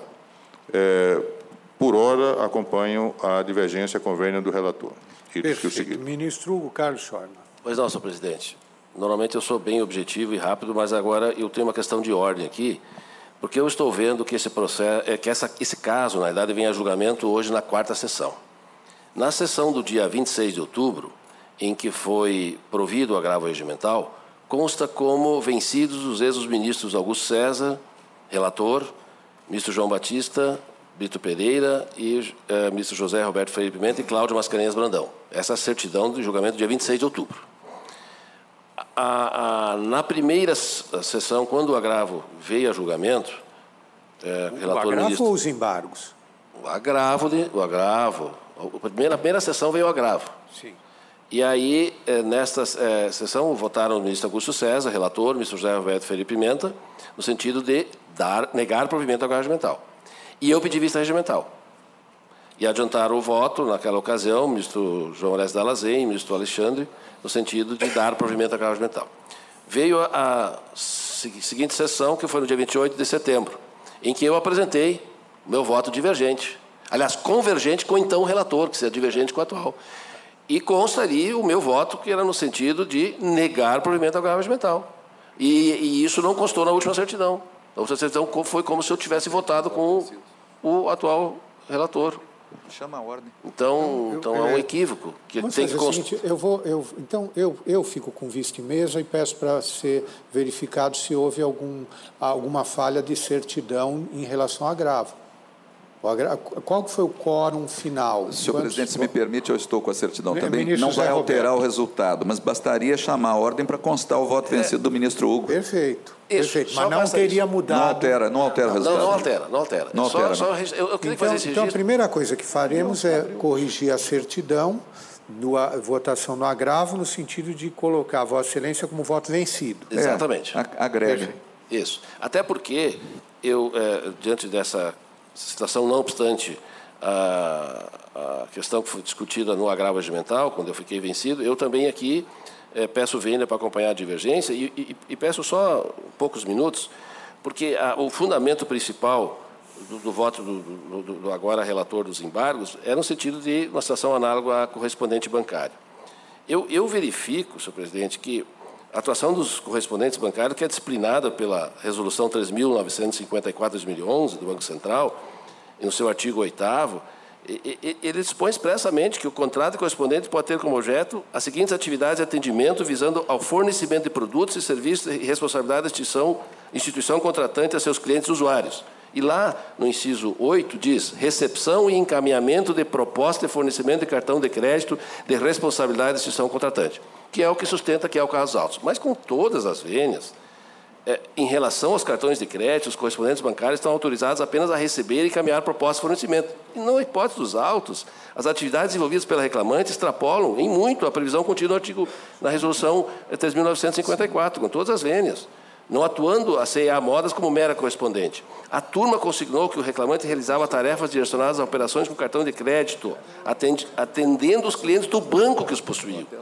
Diz a turma, as atividades correspondiam ao serviço de manutenção do cartão de crédito ofertado pelos réus, assim como atendimento a clientes, usuários deste cartão, o atendimento, o esclarecimento de dúvidas pela utilização do cartão, a suspensão ou cancelamento de produtos adquiridos, o pagamento parcial e total da fatura do cartão de crédito. São funções ligadas diretamente à manutenção do cliente junto ao operador do cartão de crédito, sendo, portanto, funções relacionadas à atividade de fim do banco.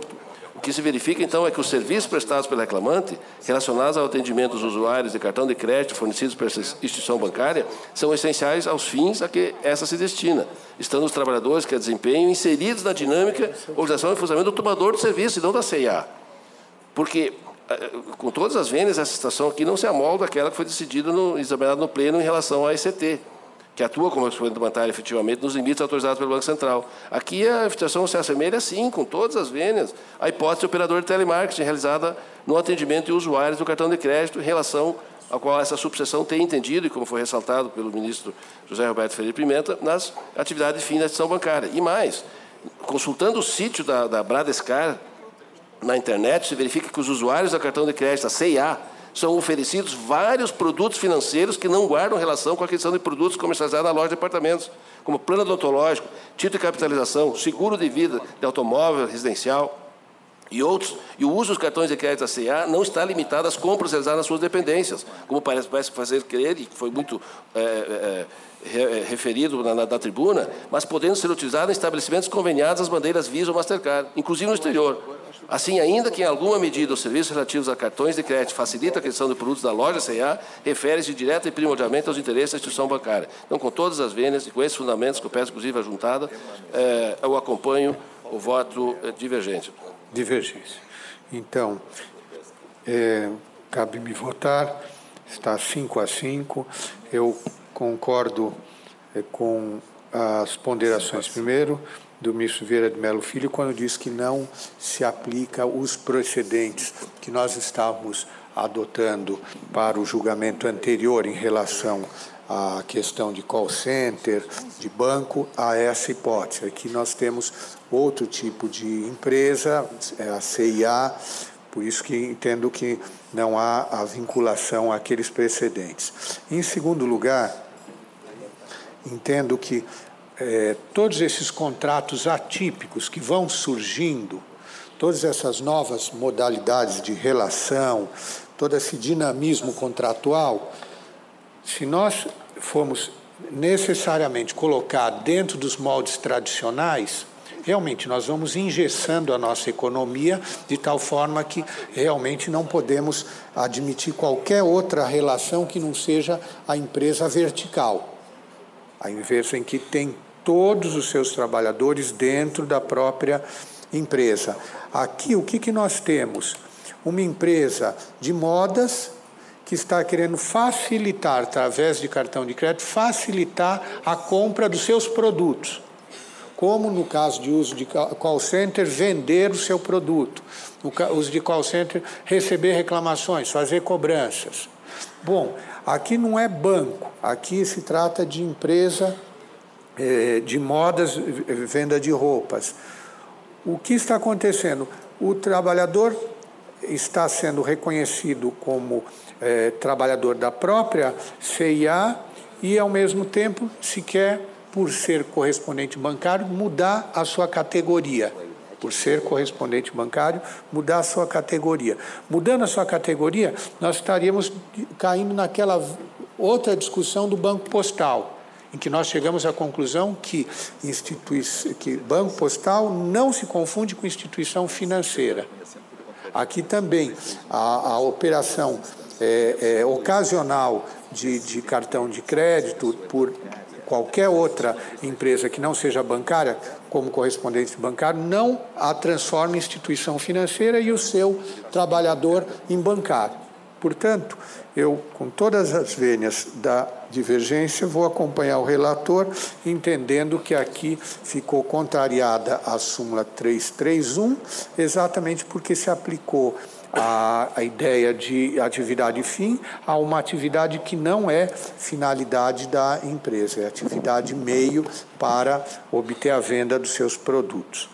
Então, eu proclamo que, por maioria de votos vencidos, os ministros José Roberto Freire Pimenta, ministro Cláudio Mascarenhas Brandão, ministro Valmir Oliveira da Costa, ministro Augusto César Leite Carvalho, ministro Carlos Scheuermann, se decidiu nos termos do voto do relator, conhecendo e dando provimento ao recurso.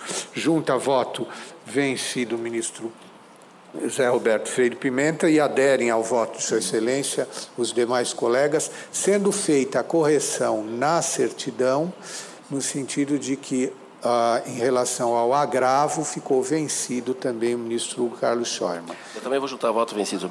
Tá, e junta eu peço Hugo, notas. Junta voto vencido também. Peço notas, senhor presidente. Então, notas taquigráficas ao ministro Alexandre e ao ministro José Roberto Freire Pimenta. Então, vamos ao próximo. Relator, excelentíssimo senhor ministro Cláudio Brandão. Embargos em recurso de revista 28.140 de 2004. Embargantes América Aerolíneas e Prudencial Serviços Auxiliares de Transporte Aéreo Limitada. Embargados Daniela Costa e Faria e os mesmos.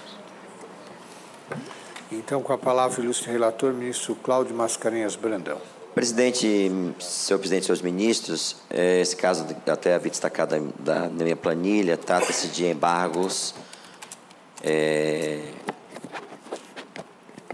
que são conhecidos a partir de agravo provido.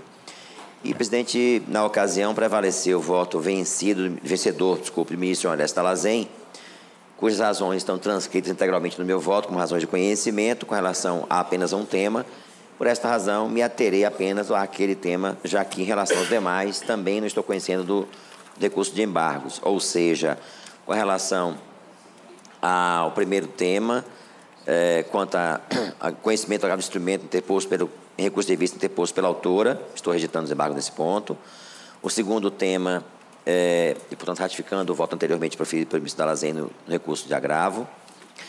O segundo tema, adição de periculosidade, nesse ponto também, súmula 2961, não conheço recurso de embargos. Terceiro tema, contratação por empresa interposta, vínculo de empresa com a segunda ré, não há interesse recursal e, portanto, de maneira idêntica, não conheço recurso de embargos. A matéria de fundo, senhor presidente, diz respeito a um tema interessante que se relaciona à possibilidade de empresa privada,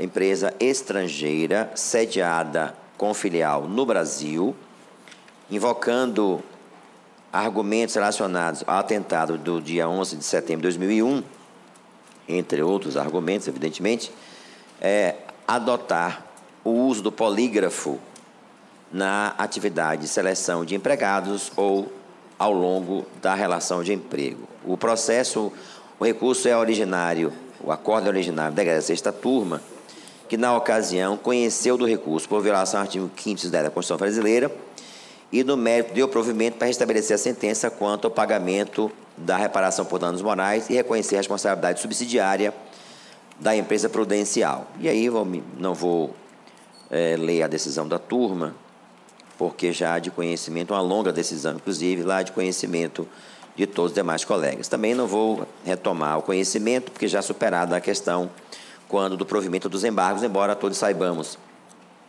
como decidido hoje, que não há a vinculação, mas, mantida a divergência por específica, ratifica o voto prevalecente na ocasião do ministro relator autor do voto divergente, que não mais integra o colegiado, ministro Honesto Dallazem. E aí, senhor presidente, passo a partir das folhas 26 a examinar a matéria. E o faço a partir, inicialmente, de considerar e afirmar e reafirmar com todas as letras que empresa estrangeira ou não, sediada no Brasil, se rege pela lei brasileira. Não se pode invocar a autoridade de ser empresa de atuação internacional para criar uma espécie de imunidade sob a jurisdição sob a aplicação do sistema jurídico brasileiro, como consagram as folhas 27 do meu voto, citando o princípio da territorialidade, inclusive invocando lições do ministro Maurício Godinho Delgado.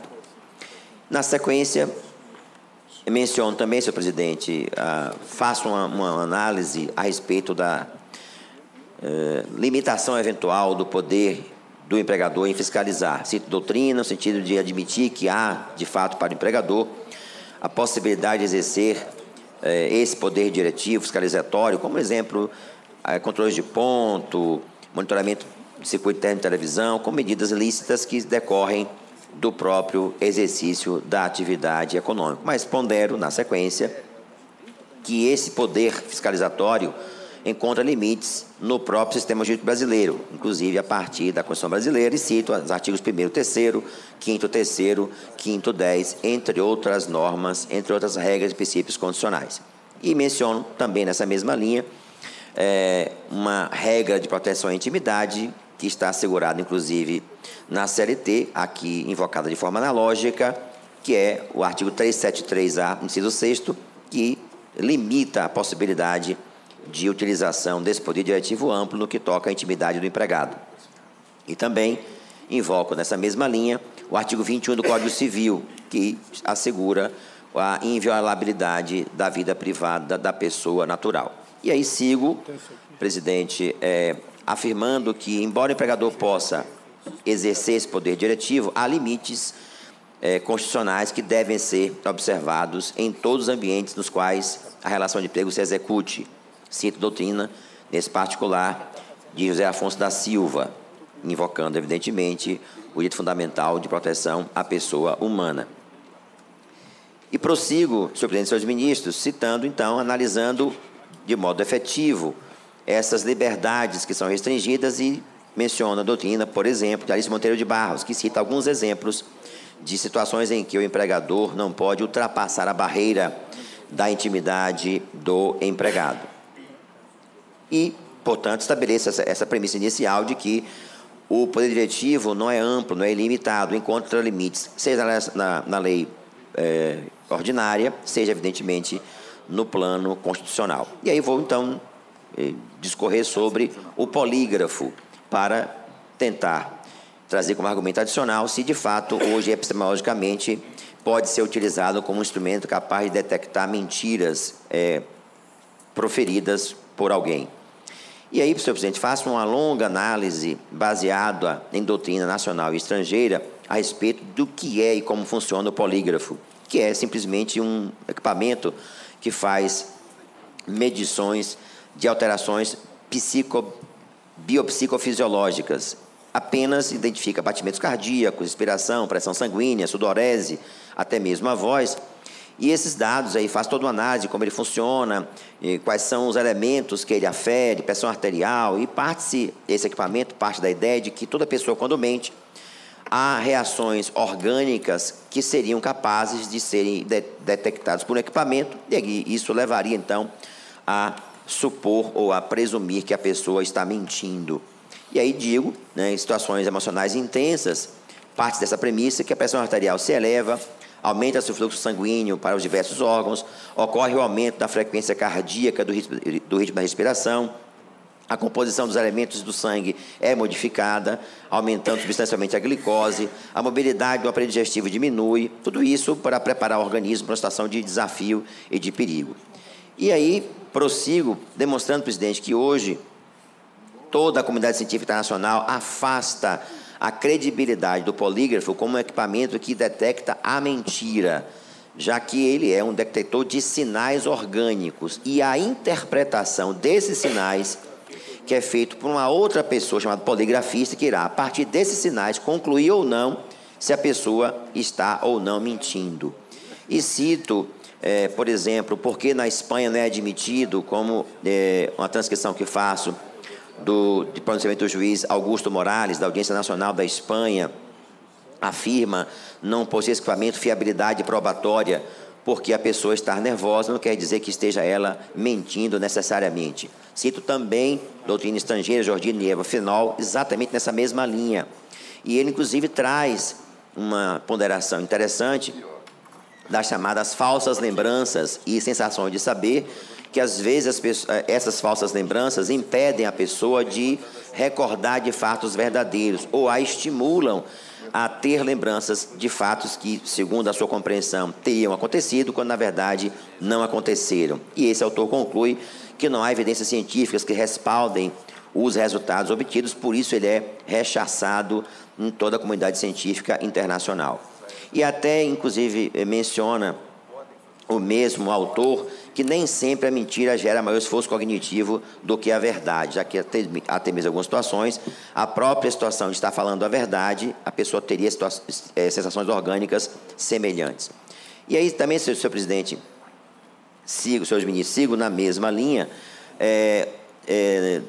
trazendo a doutrina de Christian Contreras Rojas, que introduz uma variável interessante nesse contexto, a respeito do que é a mentira, e ele menciona que a expressão da mentira importa na intenção consciente de alguém em enganar outra, porque quem menciona um fato que não tem conhecimento da verdade não está mentindo, porque a crença que ele tem, obviamente, é que estaria falando a verdade.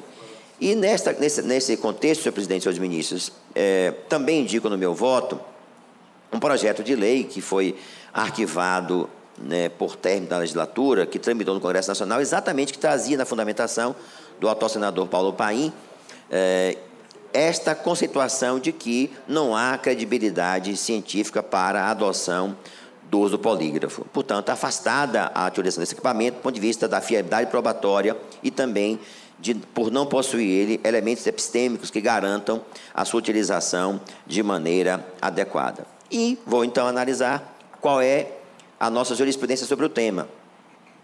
Inicialmente, menciono decisões do Supremo Tribunal Federal, do ministro Gilmar Ferreira Mendes, que afasta a utilização desse equipamento porque viola o princípio constitucional da não autoincriminação. Menciono, no particular, a transcrição de Sua Excelência. Nessa mesma toada, o STJ, diversos julgados que afastam a possibilidade, seja porque se basearam no mesmo princípio, seja porque entendem não haver previsão legal de uso desse equipamento em território nacional. Transcrevo, no particular, um voto interessante para estudar o tema à luz da credibilidade desse equipamento, proferido em habeas corpus, julgado posteriormente para o STJ e mantido, no caso específico do Tribunal de Justiça do Estado da Bahia, desembargador Inês Maria Brito Santos de Miranda, em que ela faz uma longa exposição a respeito desse contexto, que não só há vedação legal, como também não há a possibilidade de ser esse equipamento cientificamente aceito como apto a identificar a mentira. E sigo o senhor presidente e os ministros mencionando acórdãos nessa mesma linha de Tribunal de Justiça de diversos outros estados, seja por um fundamento, seja pelo outro. Exatamente por isso, senhor presidente, menciono também que mesmo nos países como os Estados Unidos, que admitem apenas no tribunal do júri, há uma série de garantias para o entrevistado, está consignado às folhas 41 do meu voto. A exemplo de não poder ser utilizado compulsoriamente, ter acompanhamento de um defensor, poder ser suspenso a qualquer momento. O juiz pode determinar a repetição da prova, pode ser filmado para exibição no tribunal do júri. E, em casos específicos, só pode ser utilizado quando as partes se manifestam de maneira uníssona na utilização desse equipamento. Portanto, mesmo lá nos Estados Unidos, desde 88 não é mais admitido em atividade privada, apesar de, diz a doutrina, dessa proibição existirem mais de 40 mil exames por ano. E, já me encaminhando para a parte final do meu voto, digo que o próprio psicólogo americano John Larson, criador do polígrafo, admitiu posteriormente que não tinha credibilidade para a utilização ampla em atividade criminal, que levou, inclusive, a ser posteriormente objeto de relatórios do Conselho Nacional de Pesquisas dos Estados Unidos, recomendando que os resultados não tinham a credibilidade porque não chegavam a testar de maneira epistemológica os resultados que se pretendia com ele demonstrar ou comprovar. E aí, presidente, senhores ministros, chegam então à etapa final, que é verificar se, de fato, a utilização é possível com base nos princípios da proporcionalidade e razoabilidade. E aí, analiso, a partir desta compreensão, dizendo que também aqui no Brasil, pelos diversos fundamentos que mencionei, não é possível a utilização do polígrafo em atividade privada. E digo que, se mesmo o Supremo Tribunal Federal não reconhece no campo de direito penal, onde o bem jurídico é muito mais importante para a sociedade brasileira, evidentemente não caberia a utilização na atividade privada. E menciono que, mesmo nessas, o Supremo Tribunal Federal reconheceu que deve prevalecer também a chamada eficácia horizontal de direitos fundamentais, e menciono, mais uma vez, o ministro Gilmar Mendes, acórdão transcrito nas folhas 47 do meu voto.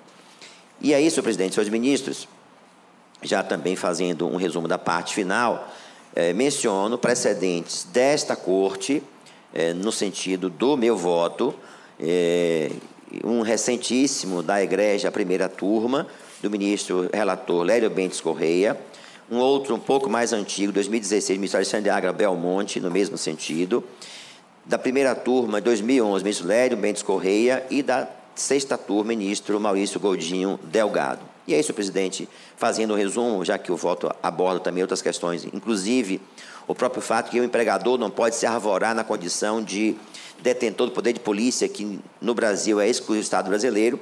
Entendo que não é possível se ultrapassar a barreira da violação aos direitos fundamentais. E nesta linha, eu estou votando no sentido de, conhecendo como foi conhecido por divergência, negar provimento aos embargos. É como voto. Perfeito. Então, vou tomar votos, ministro. Não, primeiro pergunto se há divergência. Não, já houve a sustentação oral. Eu pergunto se há divergência. Ministro Valmir. Eu não vou divergir, não. Eu vou primeiro, quero cumprimentar o ministro Cláudio Brandão pela profundidade do voto, a pesquisa jurisprudencial, doutrinária, não é? Inclusive foi ao âmago da questão, ao buscar o próprio autor do detector, do chamado detector de mentiras. Nesse processo que o ministro Cláudio Brandão refere da lavra do ministro Lélio Bentes Correia, que é de agosto de 2017, e nós já temos julgado do ministro Maurício, que é o próprio aqui, se não me engano, desde 2010, ou seja, o tribunal já está há quase 8 anos com a jurisprudência sedimentada. Nos Estados Unidos houve um protesto popular pela utilização do polígrafo, contra a utilização do polígrafo, e ele foi abolido, inclusive, para empregados, né, no sistema penal, apenas se o acusado consentir com o detector. E essa alegação da empresa esse processo, o ministro Lula, ele é da própria American Airlines. O ministro Lula diz assim: sobressai a fragilidade da justificativa invocada pela empresa no sentido de que busca promover a segurança, na medida de que o resultado obtido pelo polígrafo é meramente estimativo, sintomático, não permitindo diagnóstico seguro concernente à idoneidade moral da pessoa. Não é aceitável que se pretenda obter segurança a partir de medidas edificadas sobre alicerce da dúvida, da incerteza e da violação de direito. O que o Supremo declarou que vedou a autoincriminação, não é?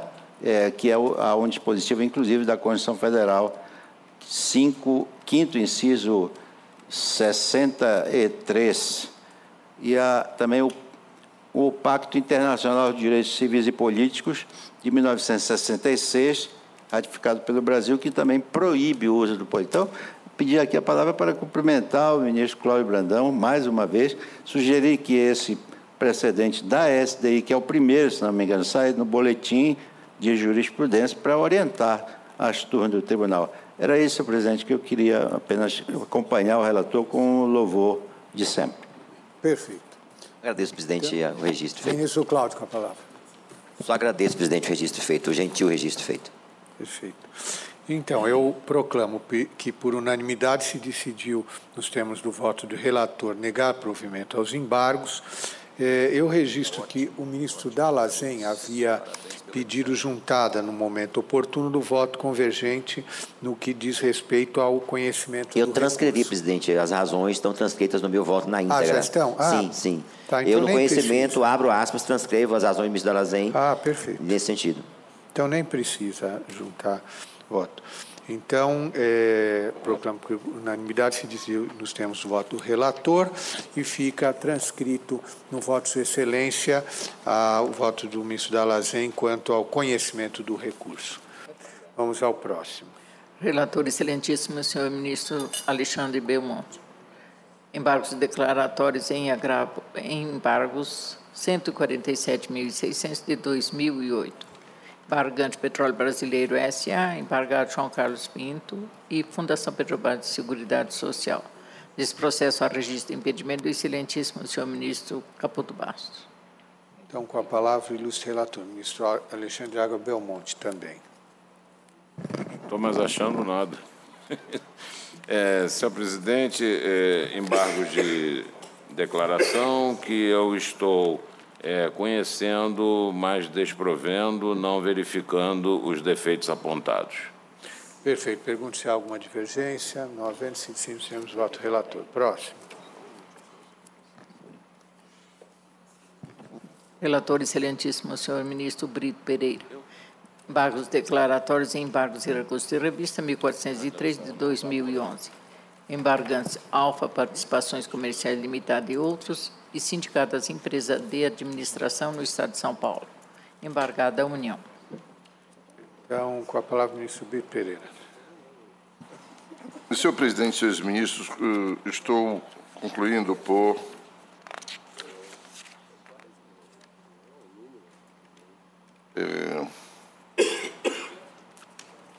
eu tinha uma ideia e o primeiro eu preciso conferir aqui, senhor presidente. Quanto aos embargos de declaração interpostos pelas reclamantes, estou dando provimento aos embargos de declaração para, sanando a omissão existente no julgado, imprimir efeito modificativo, julgar procedente a ação declaratória. Presidente, penso que há sim. Agora sim. Agora sim. É que eu estou com o texto superado. Dou provimento aos embargos de declaração pelas empresas autoras para, sanando a omissão existente no julgamento e imprimir efeito modificativo, julgar procedente a ação declaratória para declarar a inexistência da contribuição sindical patronal referente ao exercício de 2011 e subsequentes, e, em consequência, inverter o ônus da sucumbência, inclusive quanto à condenação ao pagamento de honorários advocatícios, e negar provimento aos embargos de declaração interpostos pelo sindicato.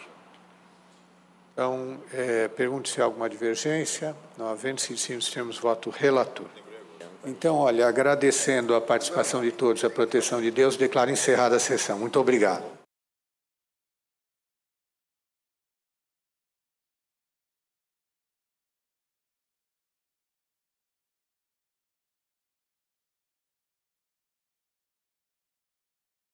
E o Sessão TST termina aqui. Lembrando que você pode acompanhar as notícias do Tribunal Superior do Trabalho pelo site e redes sociais. Muito obrigada pela companhia e até o próximo programa.